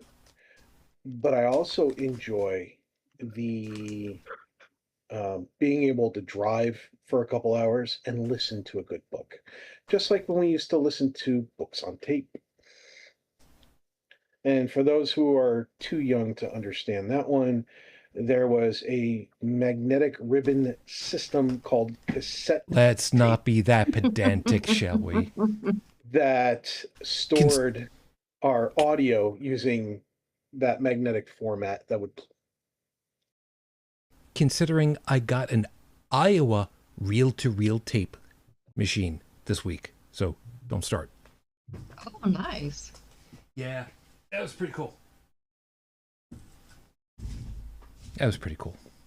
Yeah, I don't have many cassettes left. I do still have some VHS tapes of like my wedding and stuff like that. But I mean, that's one thing that I miss and that I hate about the way things are going towards digital and all that is the joy of going into a record store and just flipping through vinyls and 45s and cassette tapes and all that. Yeah, because you look around and See, you find the stuff that's weird. See, I still buy CDs. I still do. And when I find an artist whose music I enjoy, I make it my mission to buy a hard copy of their audio, of their music. And I generally pay the extra buck or two for the digital download because I use the digital download. I'll pipe it into I'll pop it on my phone and I'll use my audio player on my phone to play it. I don't generally stream live streams like what are all those audio apps that people are using nowadays? Not SoundCloud. Whatever the hell they are, all those streaming audio apps. I just don't use them. That's why I can't even remember their names. But the reason why I have the hard copies is one, a good percentage of that goes towards supporting the artist. Two, sometimes the artist puts little notes and little bits of artwork in the covers. Sometimes it was a lot more common originally than it is nowadays.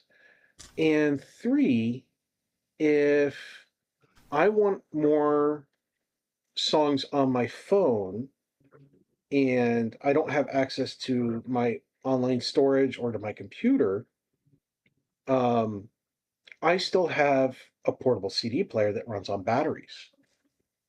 I pop some batteries in there, pull the CD off the shelf, pop it in, and I can still listen to the music.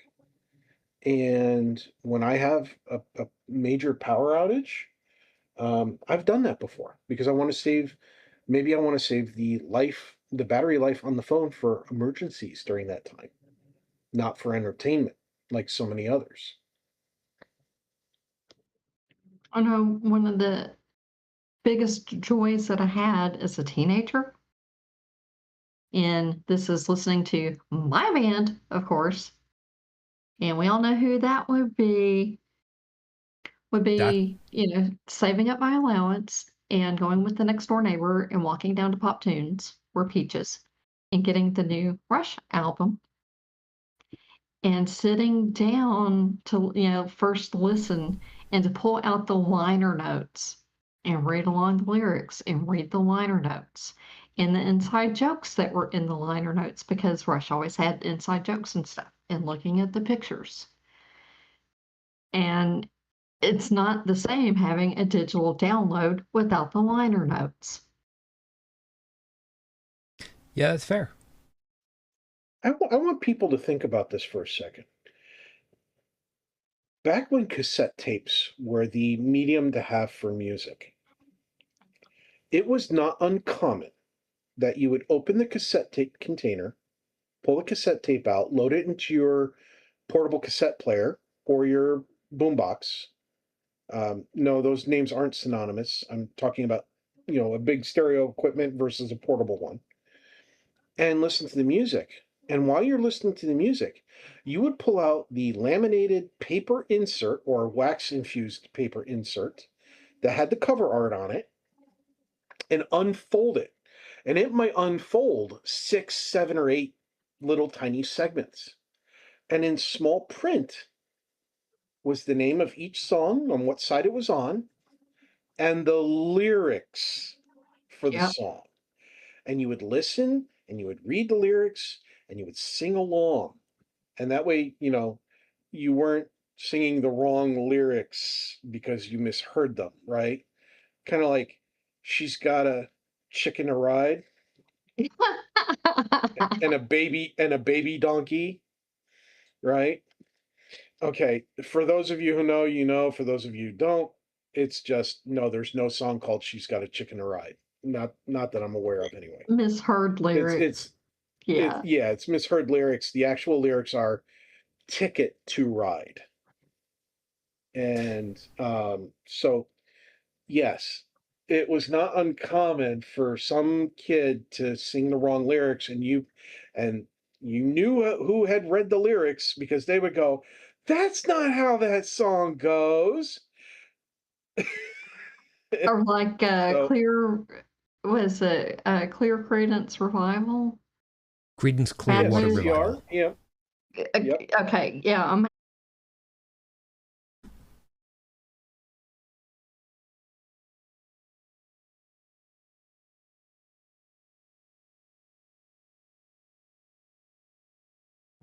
Andy's back. And he's back. Well, that was all kinds of bad. Yeah, it does look like we're back at this point. Oh, and we have a fourth panel now, looking for something to do. No, never mind. He got rid of it. Oh, and speaking of misheard lyrics, and this goes to Rush, Spirit of Radio. Excuse me. I didn't find out until like 2 years ago. There is a lyric for the words of the prophets were written on the studio walls. And I thought it was PROPHETS, and it's PROFITS.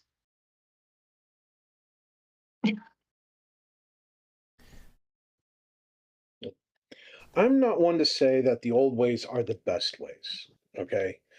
I am progressive in many ways. I enjoy the momentum of technology moving forward, the momentum of science and all its fields, whether it's energy or medical or whatever, moving forward, the advancement of mathematics, of art and music and everything in all its forms. Even if I don't like it, I appreciate it moving forward. Okay. Except for algorithmic intelligence, because the hype and marketing and the harm it's causing.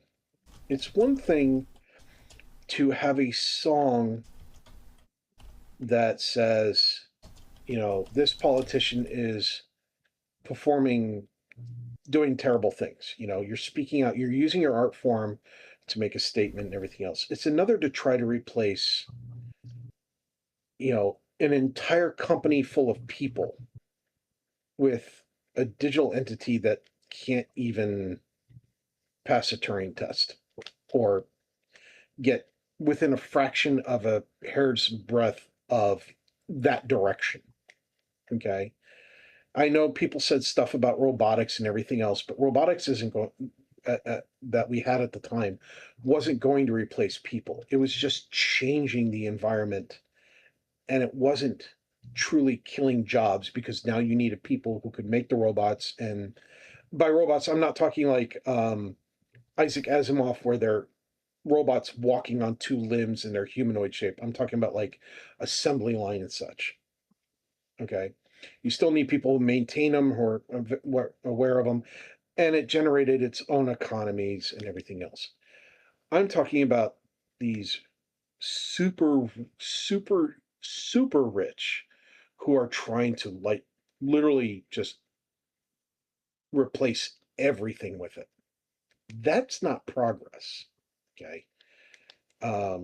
That's something completely different. But I don't have a problem with advancing computer technology. I don't have a problem with scientists trying to actually generate artificial intelligence. Okay. I don't truly think if it's done properly, it's going to cause the downfall of humanity.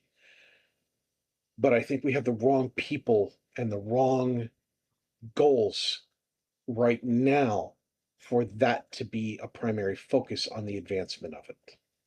We change that, that's a different story. There's something to be said for that. And, huh? No, finish your thought, because I had something that I was going to chime in with before Yeah. everything went funky with my networking. Sorry about that, by the way. No problem. But the thing to remember is that when you hear older people talk about, oh, this was a simpler time, or this was a better thing to do back then, from a certain perspective, sure, because it might have been easier to understand, it might have been simpler. But if you don't experience it for yourself, how can you tell them that they're wrong automatically? Right? I mean, there's some things you don't have to experience for yourself.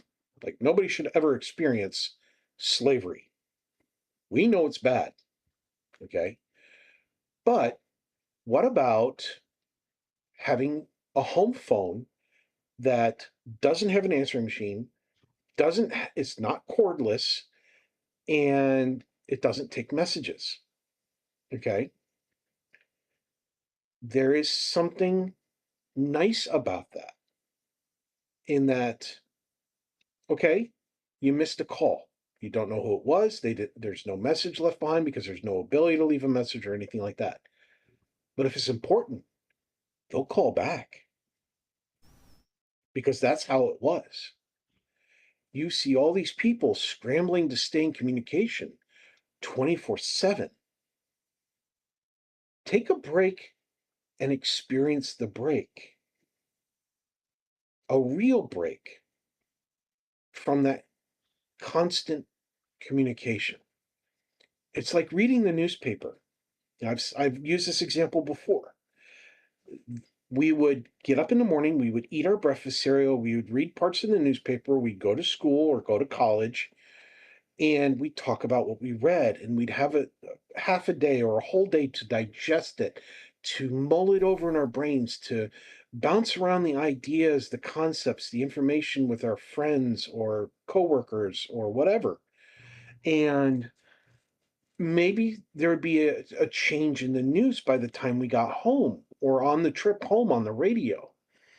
And we already had a chance to think. Now you don't have a chance to think. You only have a chance to react immediately before you move on to the next part. So if you get the chance, read a headline and then go, okay, that headline invokes this reaction. Now let me sit here and read the article from start to finish, and then go back and read stuff. If there's a word I don't understand or a phrase I don't understand, let me look it up in the dictionary. You've got Google and all that. You've got Wikipedia and so on, so you can find the references and such, and really parse this article for all it's worth. Take my time through it and dedicate, the good 10, 15, 20 minutes to it. And then after you've done that, sit back and think about it. Turn your phone off so you're not distracted from anything else by anything else at that point. Sit back and think about it. Don't go looking for a YouTuber who's already read it and they're going to tell you what to think. Think about it yourself. And what you've learned throughout your life up until however old you are now, what you've learned from school and work and interactions and all that. How does this affect you? How do you think it could affect you? Take this time. That is the part that I say is better about these older formats, of being able to have something in your hand and read it, because it's not scrolling past, it's not beeping, it's not blinking. Yes, I made a reference to blinking text. Thank you, GeoCities. It's not flooding you with advertisements that are flashing in your face and distracting you in multicolored color techno with all the bells and whistles screaming in the background at high volume, or commercials like on a television. It's there. It's not even moving, right? You don't go on to the next word until you do it yourself. That is something that I think we have lost a bit with all this instant now everything. Before I check it back over your way, Brigid, I wanted to show this one off as part of the Whimsy collection in my stack of CDs over here, which is only part of it all. I don't know if you can read that one. I can read it for you if you'd like. Super Sadumas Cucci. It's close. It's super sadomasochistic expialidocious. Yeah, this is Okay. This is arguably the worst album that I have in my collection. I didn't buy this. This was given to me. This was gifted to me by a buddy of mine who lived in Brooklyn at the time, who was doing album reviews for a local rag. Huh. And I remember his review. It sucks. Short and sweet and to the point. And for those uninitiated, a local rag means a newspaper or magazine. Yep. It really was exactly as stated. And I still have it in my collection because there are one or two tracks in there that's just... you remember the song Yummy, Yummy, Yummy back in the 60s? Yeah, they did a cover of it. Oh dear. It's not a good cover. Dear. It wasn't a good original. It was bubblegum pop. Yes. It's not on that album. Have you heard the heavy metal version of Yummy Yummy? That's basically it. That's basically it. No, there's some good covers, but then there's some bad covers. I will not listen to it. I will just take your word for it. I will trust your judgment. I have a question. My brain farted. Are we just old people talking about old things, or did we go way off our original planned topic? I think we're still part of it, because the idea was what's missing. And I think what we've kind of settled on is permanency. Yeah. Object permanence. Yeah. I would agree with that. I would definitely agree that object permanence is missing in many of our lives nowadays. Yeah, the physicality. And in many factors. So, Brigid, you've got one last turn over here, because I've got exactly what I want to finish with.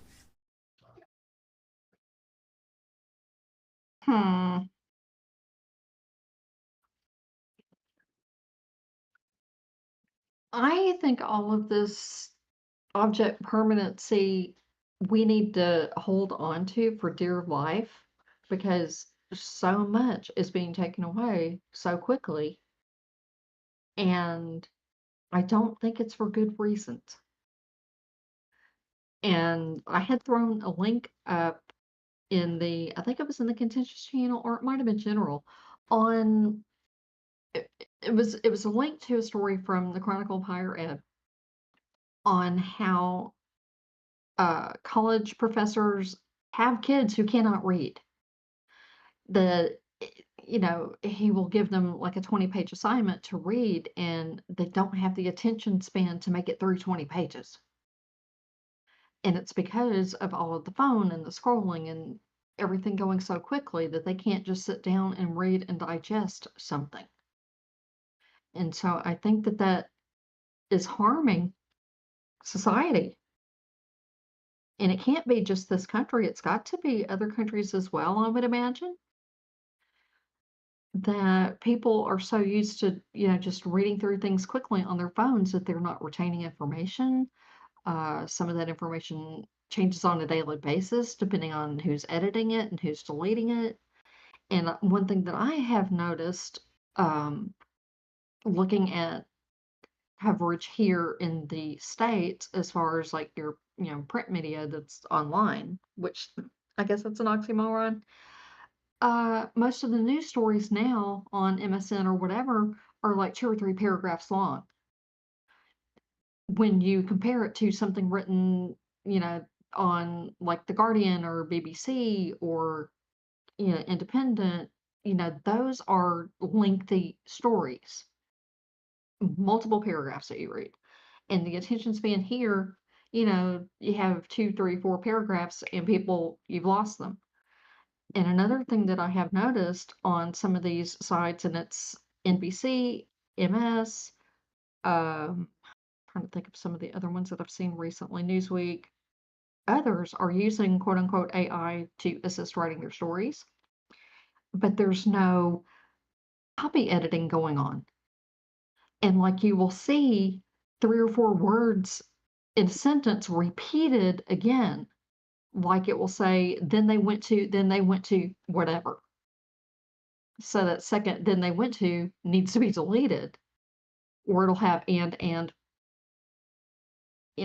it's nobody's proofreading it, nobody's and they're just publishing it and go. And I don't know if it's because they're trying to put out 20 or 30 pieces a day or what the problem is, but the journalism here online has gotten shitty. I can go through and read it, and I'm like, I read it 3 or 4 times, and I'm like, what the hell did I just read? This does not make sense. It's slop. And I can remember as a kid reading, for us, the upstart newspaper of the day was Newsday. I remember when it was still out of a very, like comparatively, small building, where it originally started. I remember how much of an upstart it actually was. But even in my youth, like single-digit ages, early double digits, I was reading high school level plus because that's what they were writing. And I remember seeing, some articles that I like dove into. And I was like, okay, turn to page whatever it was and finish the story. Okay. And it was 3-4 columns worth. And it's like, oh, okay, cool. Yeah, I mean, that's what I used to read in 2nd, 3rd grade, and I was reading at a 12th grade level, but I mean, I was reading columns in newspapers. Yep. And now what goes for a news column or item is, like I said, 2 or 3 paragraphs, and they're wanting you to pay a subscription for a year for this shit. And it's shit. It's not even worth reading. And it's written on probably what, a 3rd, 4th grade level? But if they can't even proofread it or any of that, I mean, why would anybody pay for that news? Now, I would pay money for, like CBC or, Guardian or something like that, but I'm not going to pay for this direct. Especially not, however much you're wanting, $4.95 a week or whatever. It's not worth it. Yeah. Stephanie had also pointed out over here, by the way, and again, guys, thank you for wading through the burp that my networking went through. Saying, yesterday I saw a video where AI was useful. Okay, you have my curiosity. Finding ancient inscriptions and using computers to cross-match symbols to help people work out how to translate them. Well, you know what? That's exactly the right thing. That's exactly the right thing. Pattern matching? Yeah. That's something that humans are great at. That's something that learned language models, LLMs, are actually designed to do. They're designed to learn the patterns and then use them as predictive and translative models. Okay? That's what they're designed for. And they excel at it. It's like a calculator. What's a calculator designed to do? It's designed to either, at the end of the calculation, add or remove a 1. That's what all math is. every form of math, if you break it down to all the way down, which depending on some calculations, this takes a long time, all comes down to adding or removing a number. And these LLMs, they're just language variations of calculators.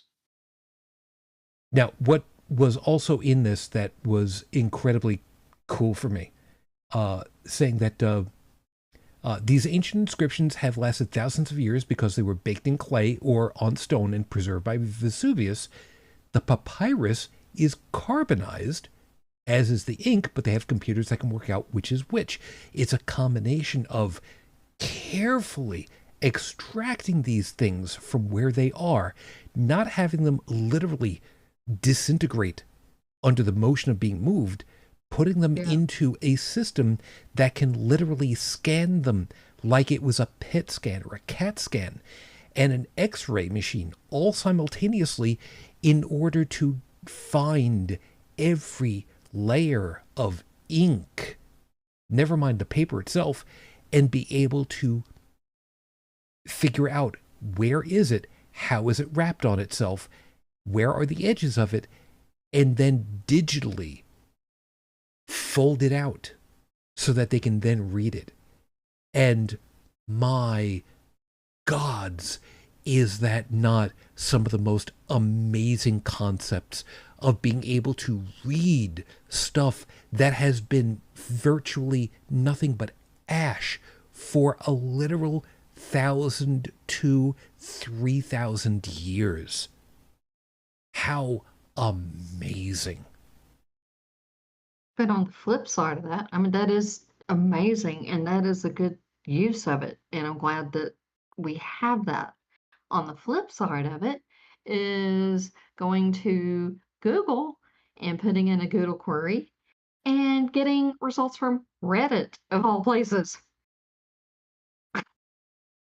Now, admittedly, Reddit has the answer to everything sooner or later. Whether or not it's accurate is a different matter, but there's an answer to everything. I wouldn't argue that point anymore. Not since Reddit has been monetized to hell and back again. The APIs have been corrupted, or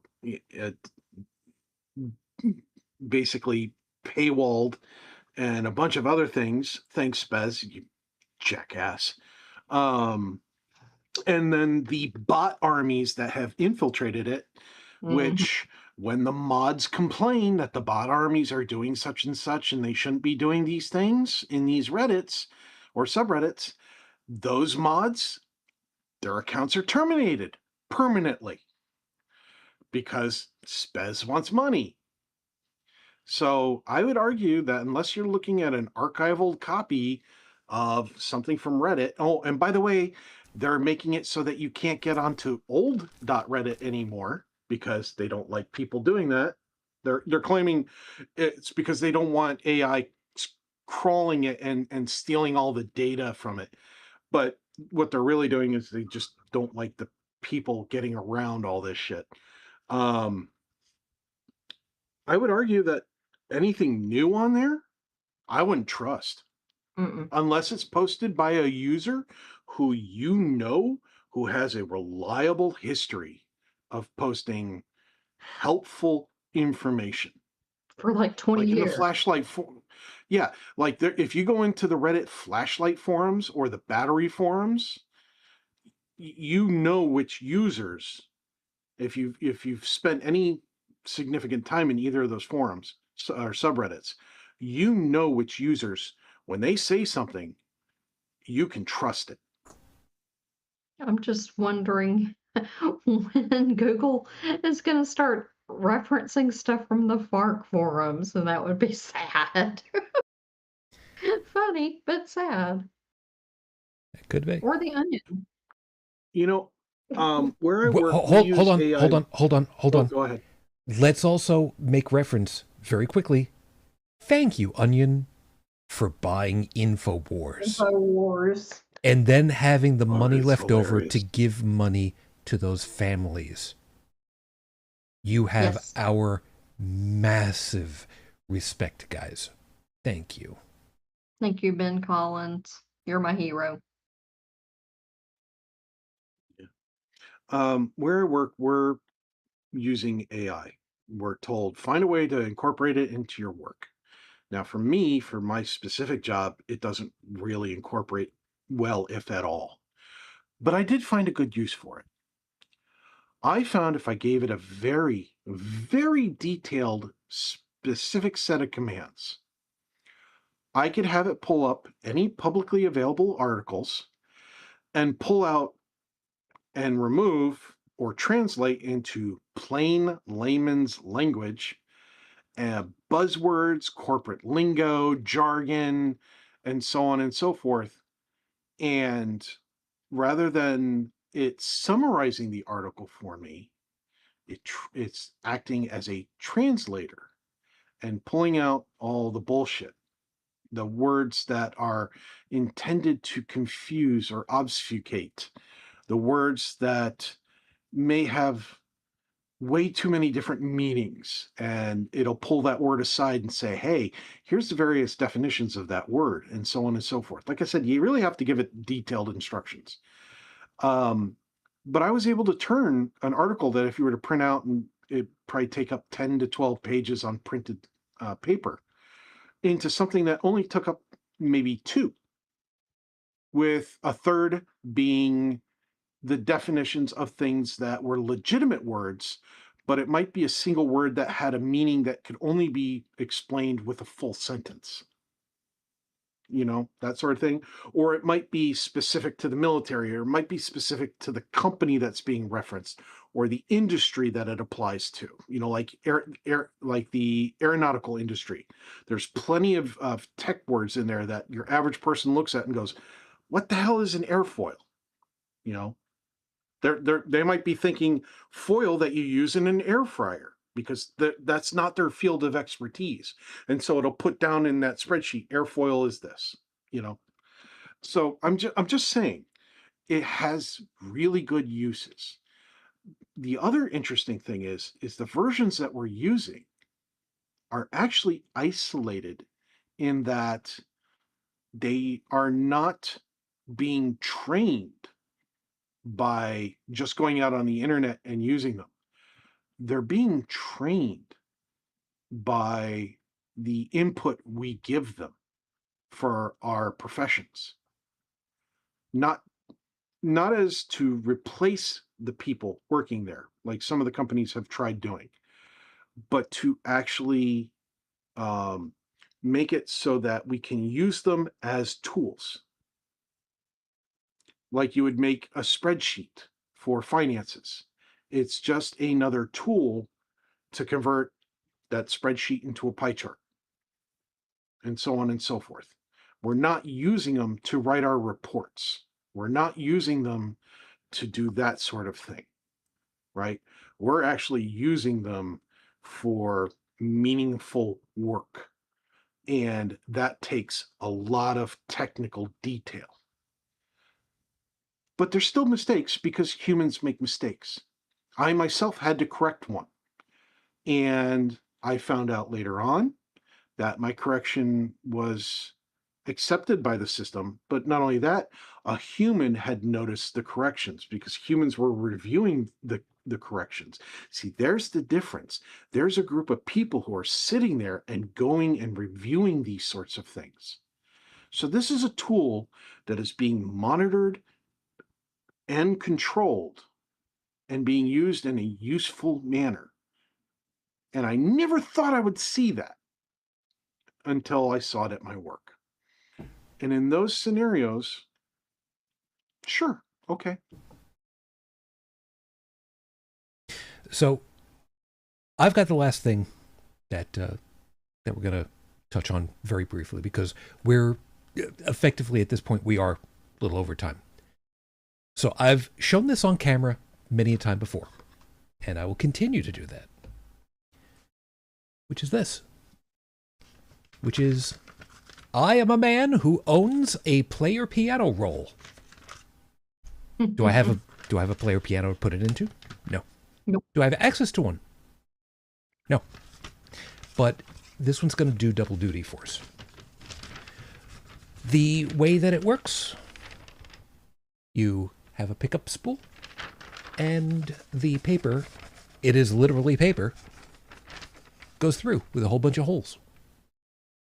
And each hole is part of another key on the keyboard. Or, depending as to which system you're working with, it could be for a couple of different included instruments, like a snare drum or bass drum or organ settings or something like that. Now, I said that this one was going to do kind of double duty for us, because there is an industry that is still producing these new today. This one would have been from the mid-90s, as I recall. However, this recording, and I'm calling it that very specifically for a reason, is Mr. Bojangles. This recording was cut. I don't remember if that's the correct terminology for it, but this one was cut in 1968 by Dick Wetson. Name is on here. The date is on here. You want to talk about object permanence for informational permanence. This is a technology that, yes, it's passé at best, but it's still here. It's still effective. Why is this important? Not because this will play the song Mr. Bojangles, which we've heard in the 70s. It's a great song. But because of the way that this technology operates. Because you see, every one of those lines, every cut, every hole, that is literally cut at the time that it's played. This is as close to being sitting there with the player as you can get. This is the ghost in the machine. Because every one of these holes, once upon a time ago, and I don't remember if it's still made the same way, the recording is done, or at least it was, by having electrical connections between the hammers that are connected to the keys and a system that literally burns a spark through the paper to record the playing.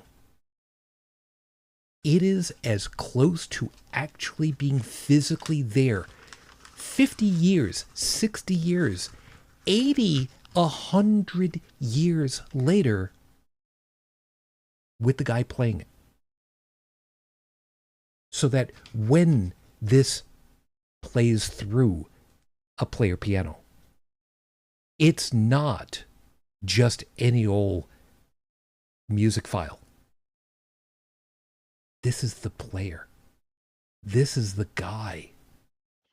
This is the handiwork that a musician was literally recorded by their fingers into the machine.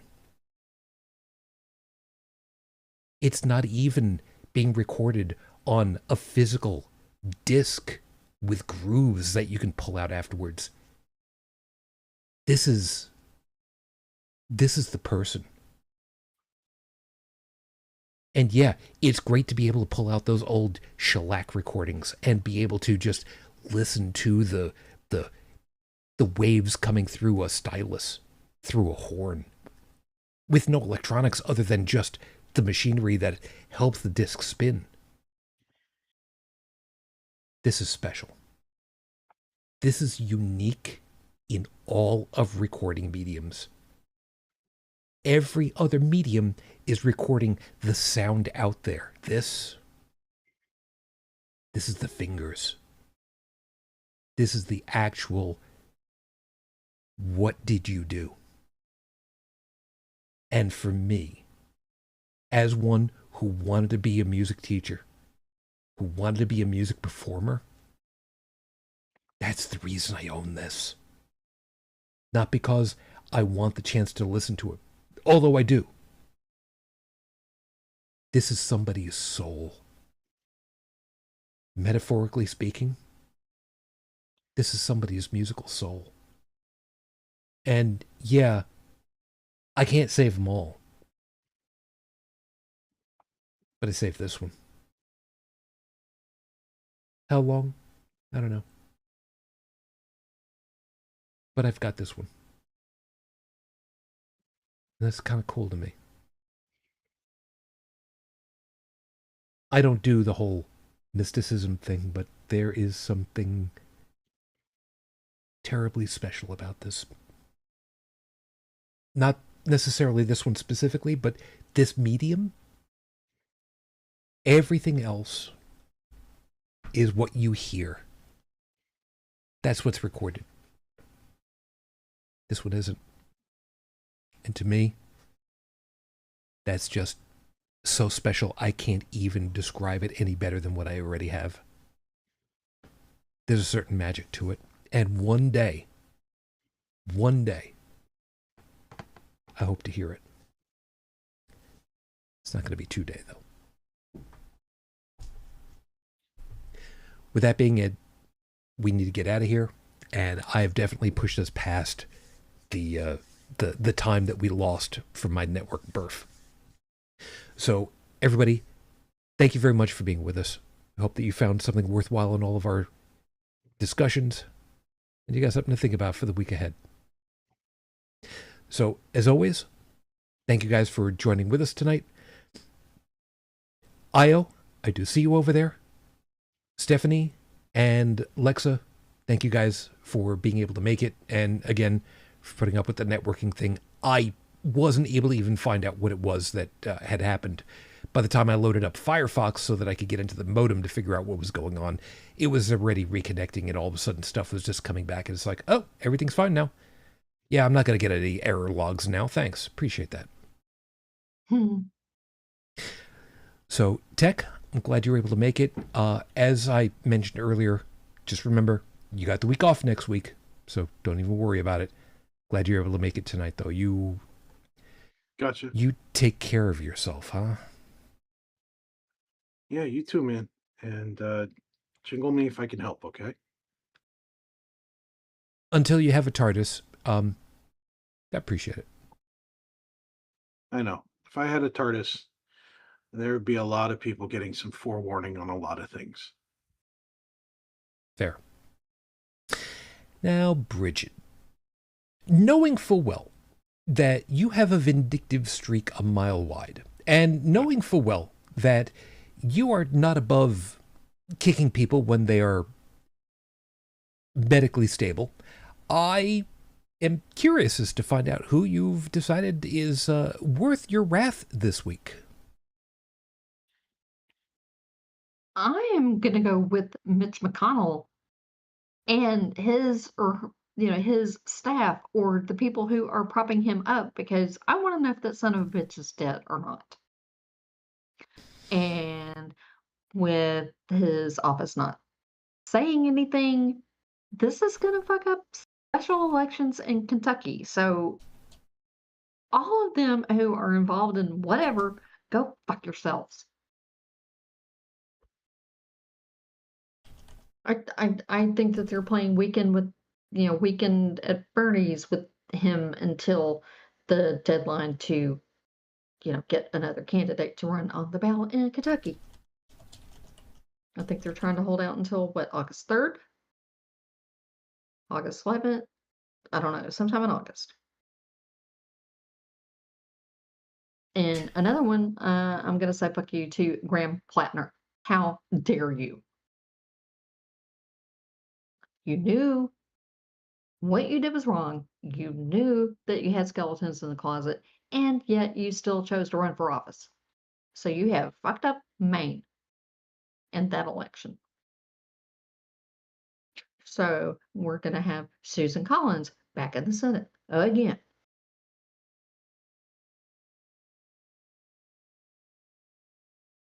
Guess we'll see what happens. Oh, and by the way, only because I need to put this into our show notes. I was made aware of a website recently.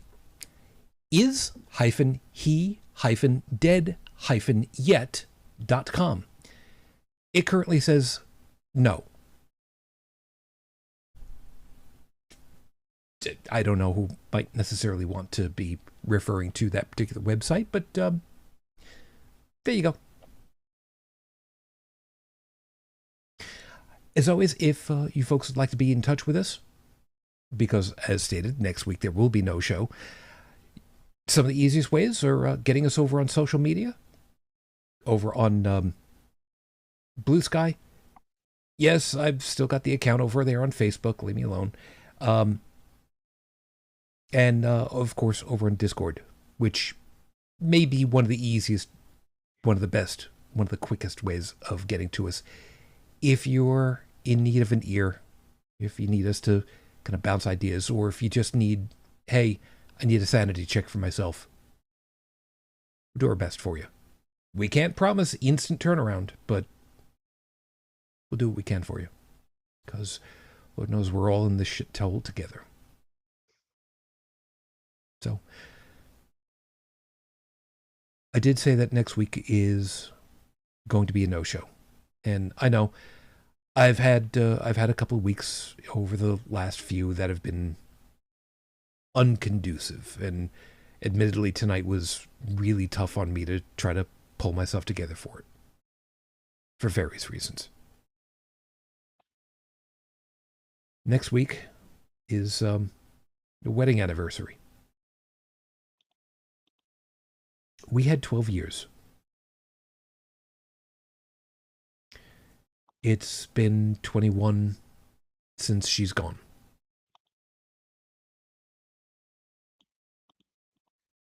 Do I have regrets? You know, I've thought about it. And I thought, what would have happened if we hadn't worked out, if she ended up with somebody else? Would things have played out differently? And the biology says no. It probably still would have ended up happening exactly the same way. So I had to really think about that and realize we had the best possible. And I have to be okay with that. So I will do my damnedest this week coming up to be okay with that. So, until the next time we're together, everyone, as always, I wish you the peace I no longer have. I wish you the strength that I've learned. I wish you well. And of course, what can I say except happy anniversary? And I still remember. I will always still remember. Matane Fujin. I love you. I miss you. Dream of me. Till we're the next together, 2 weeks on. Good night.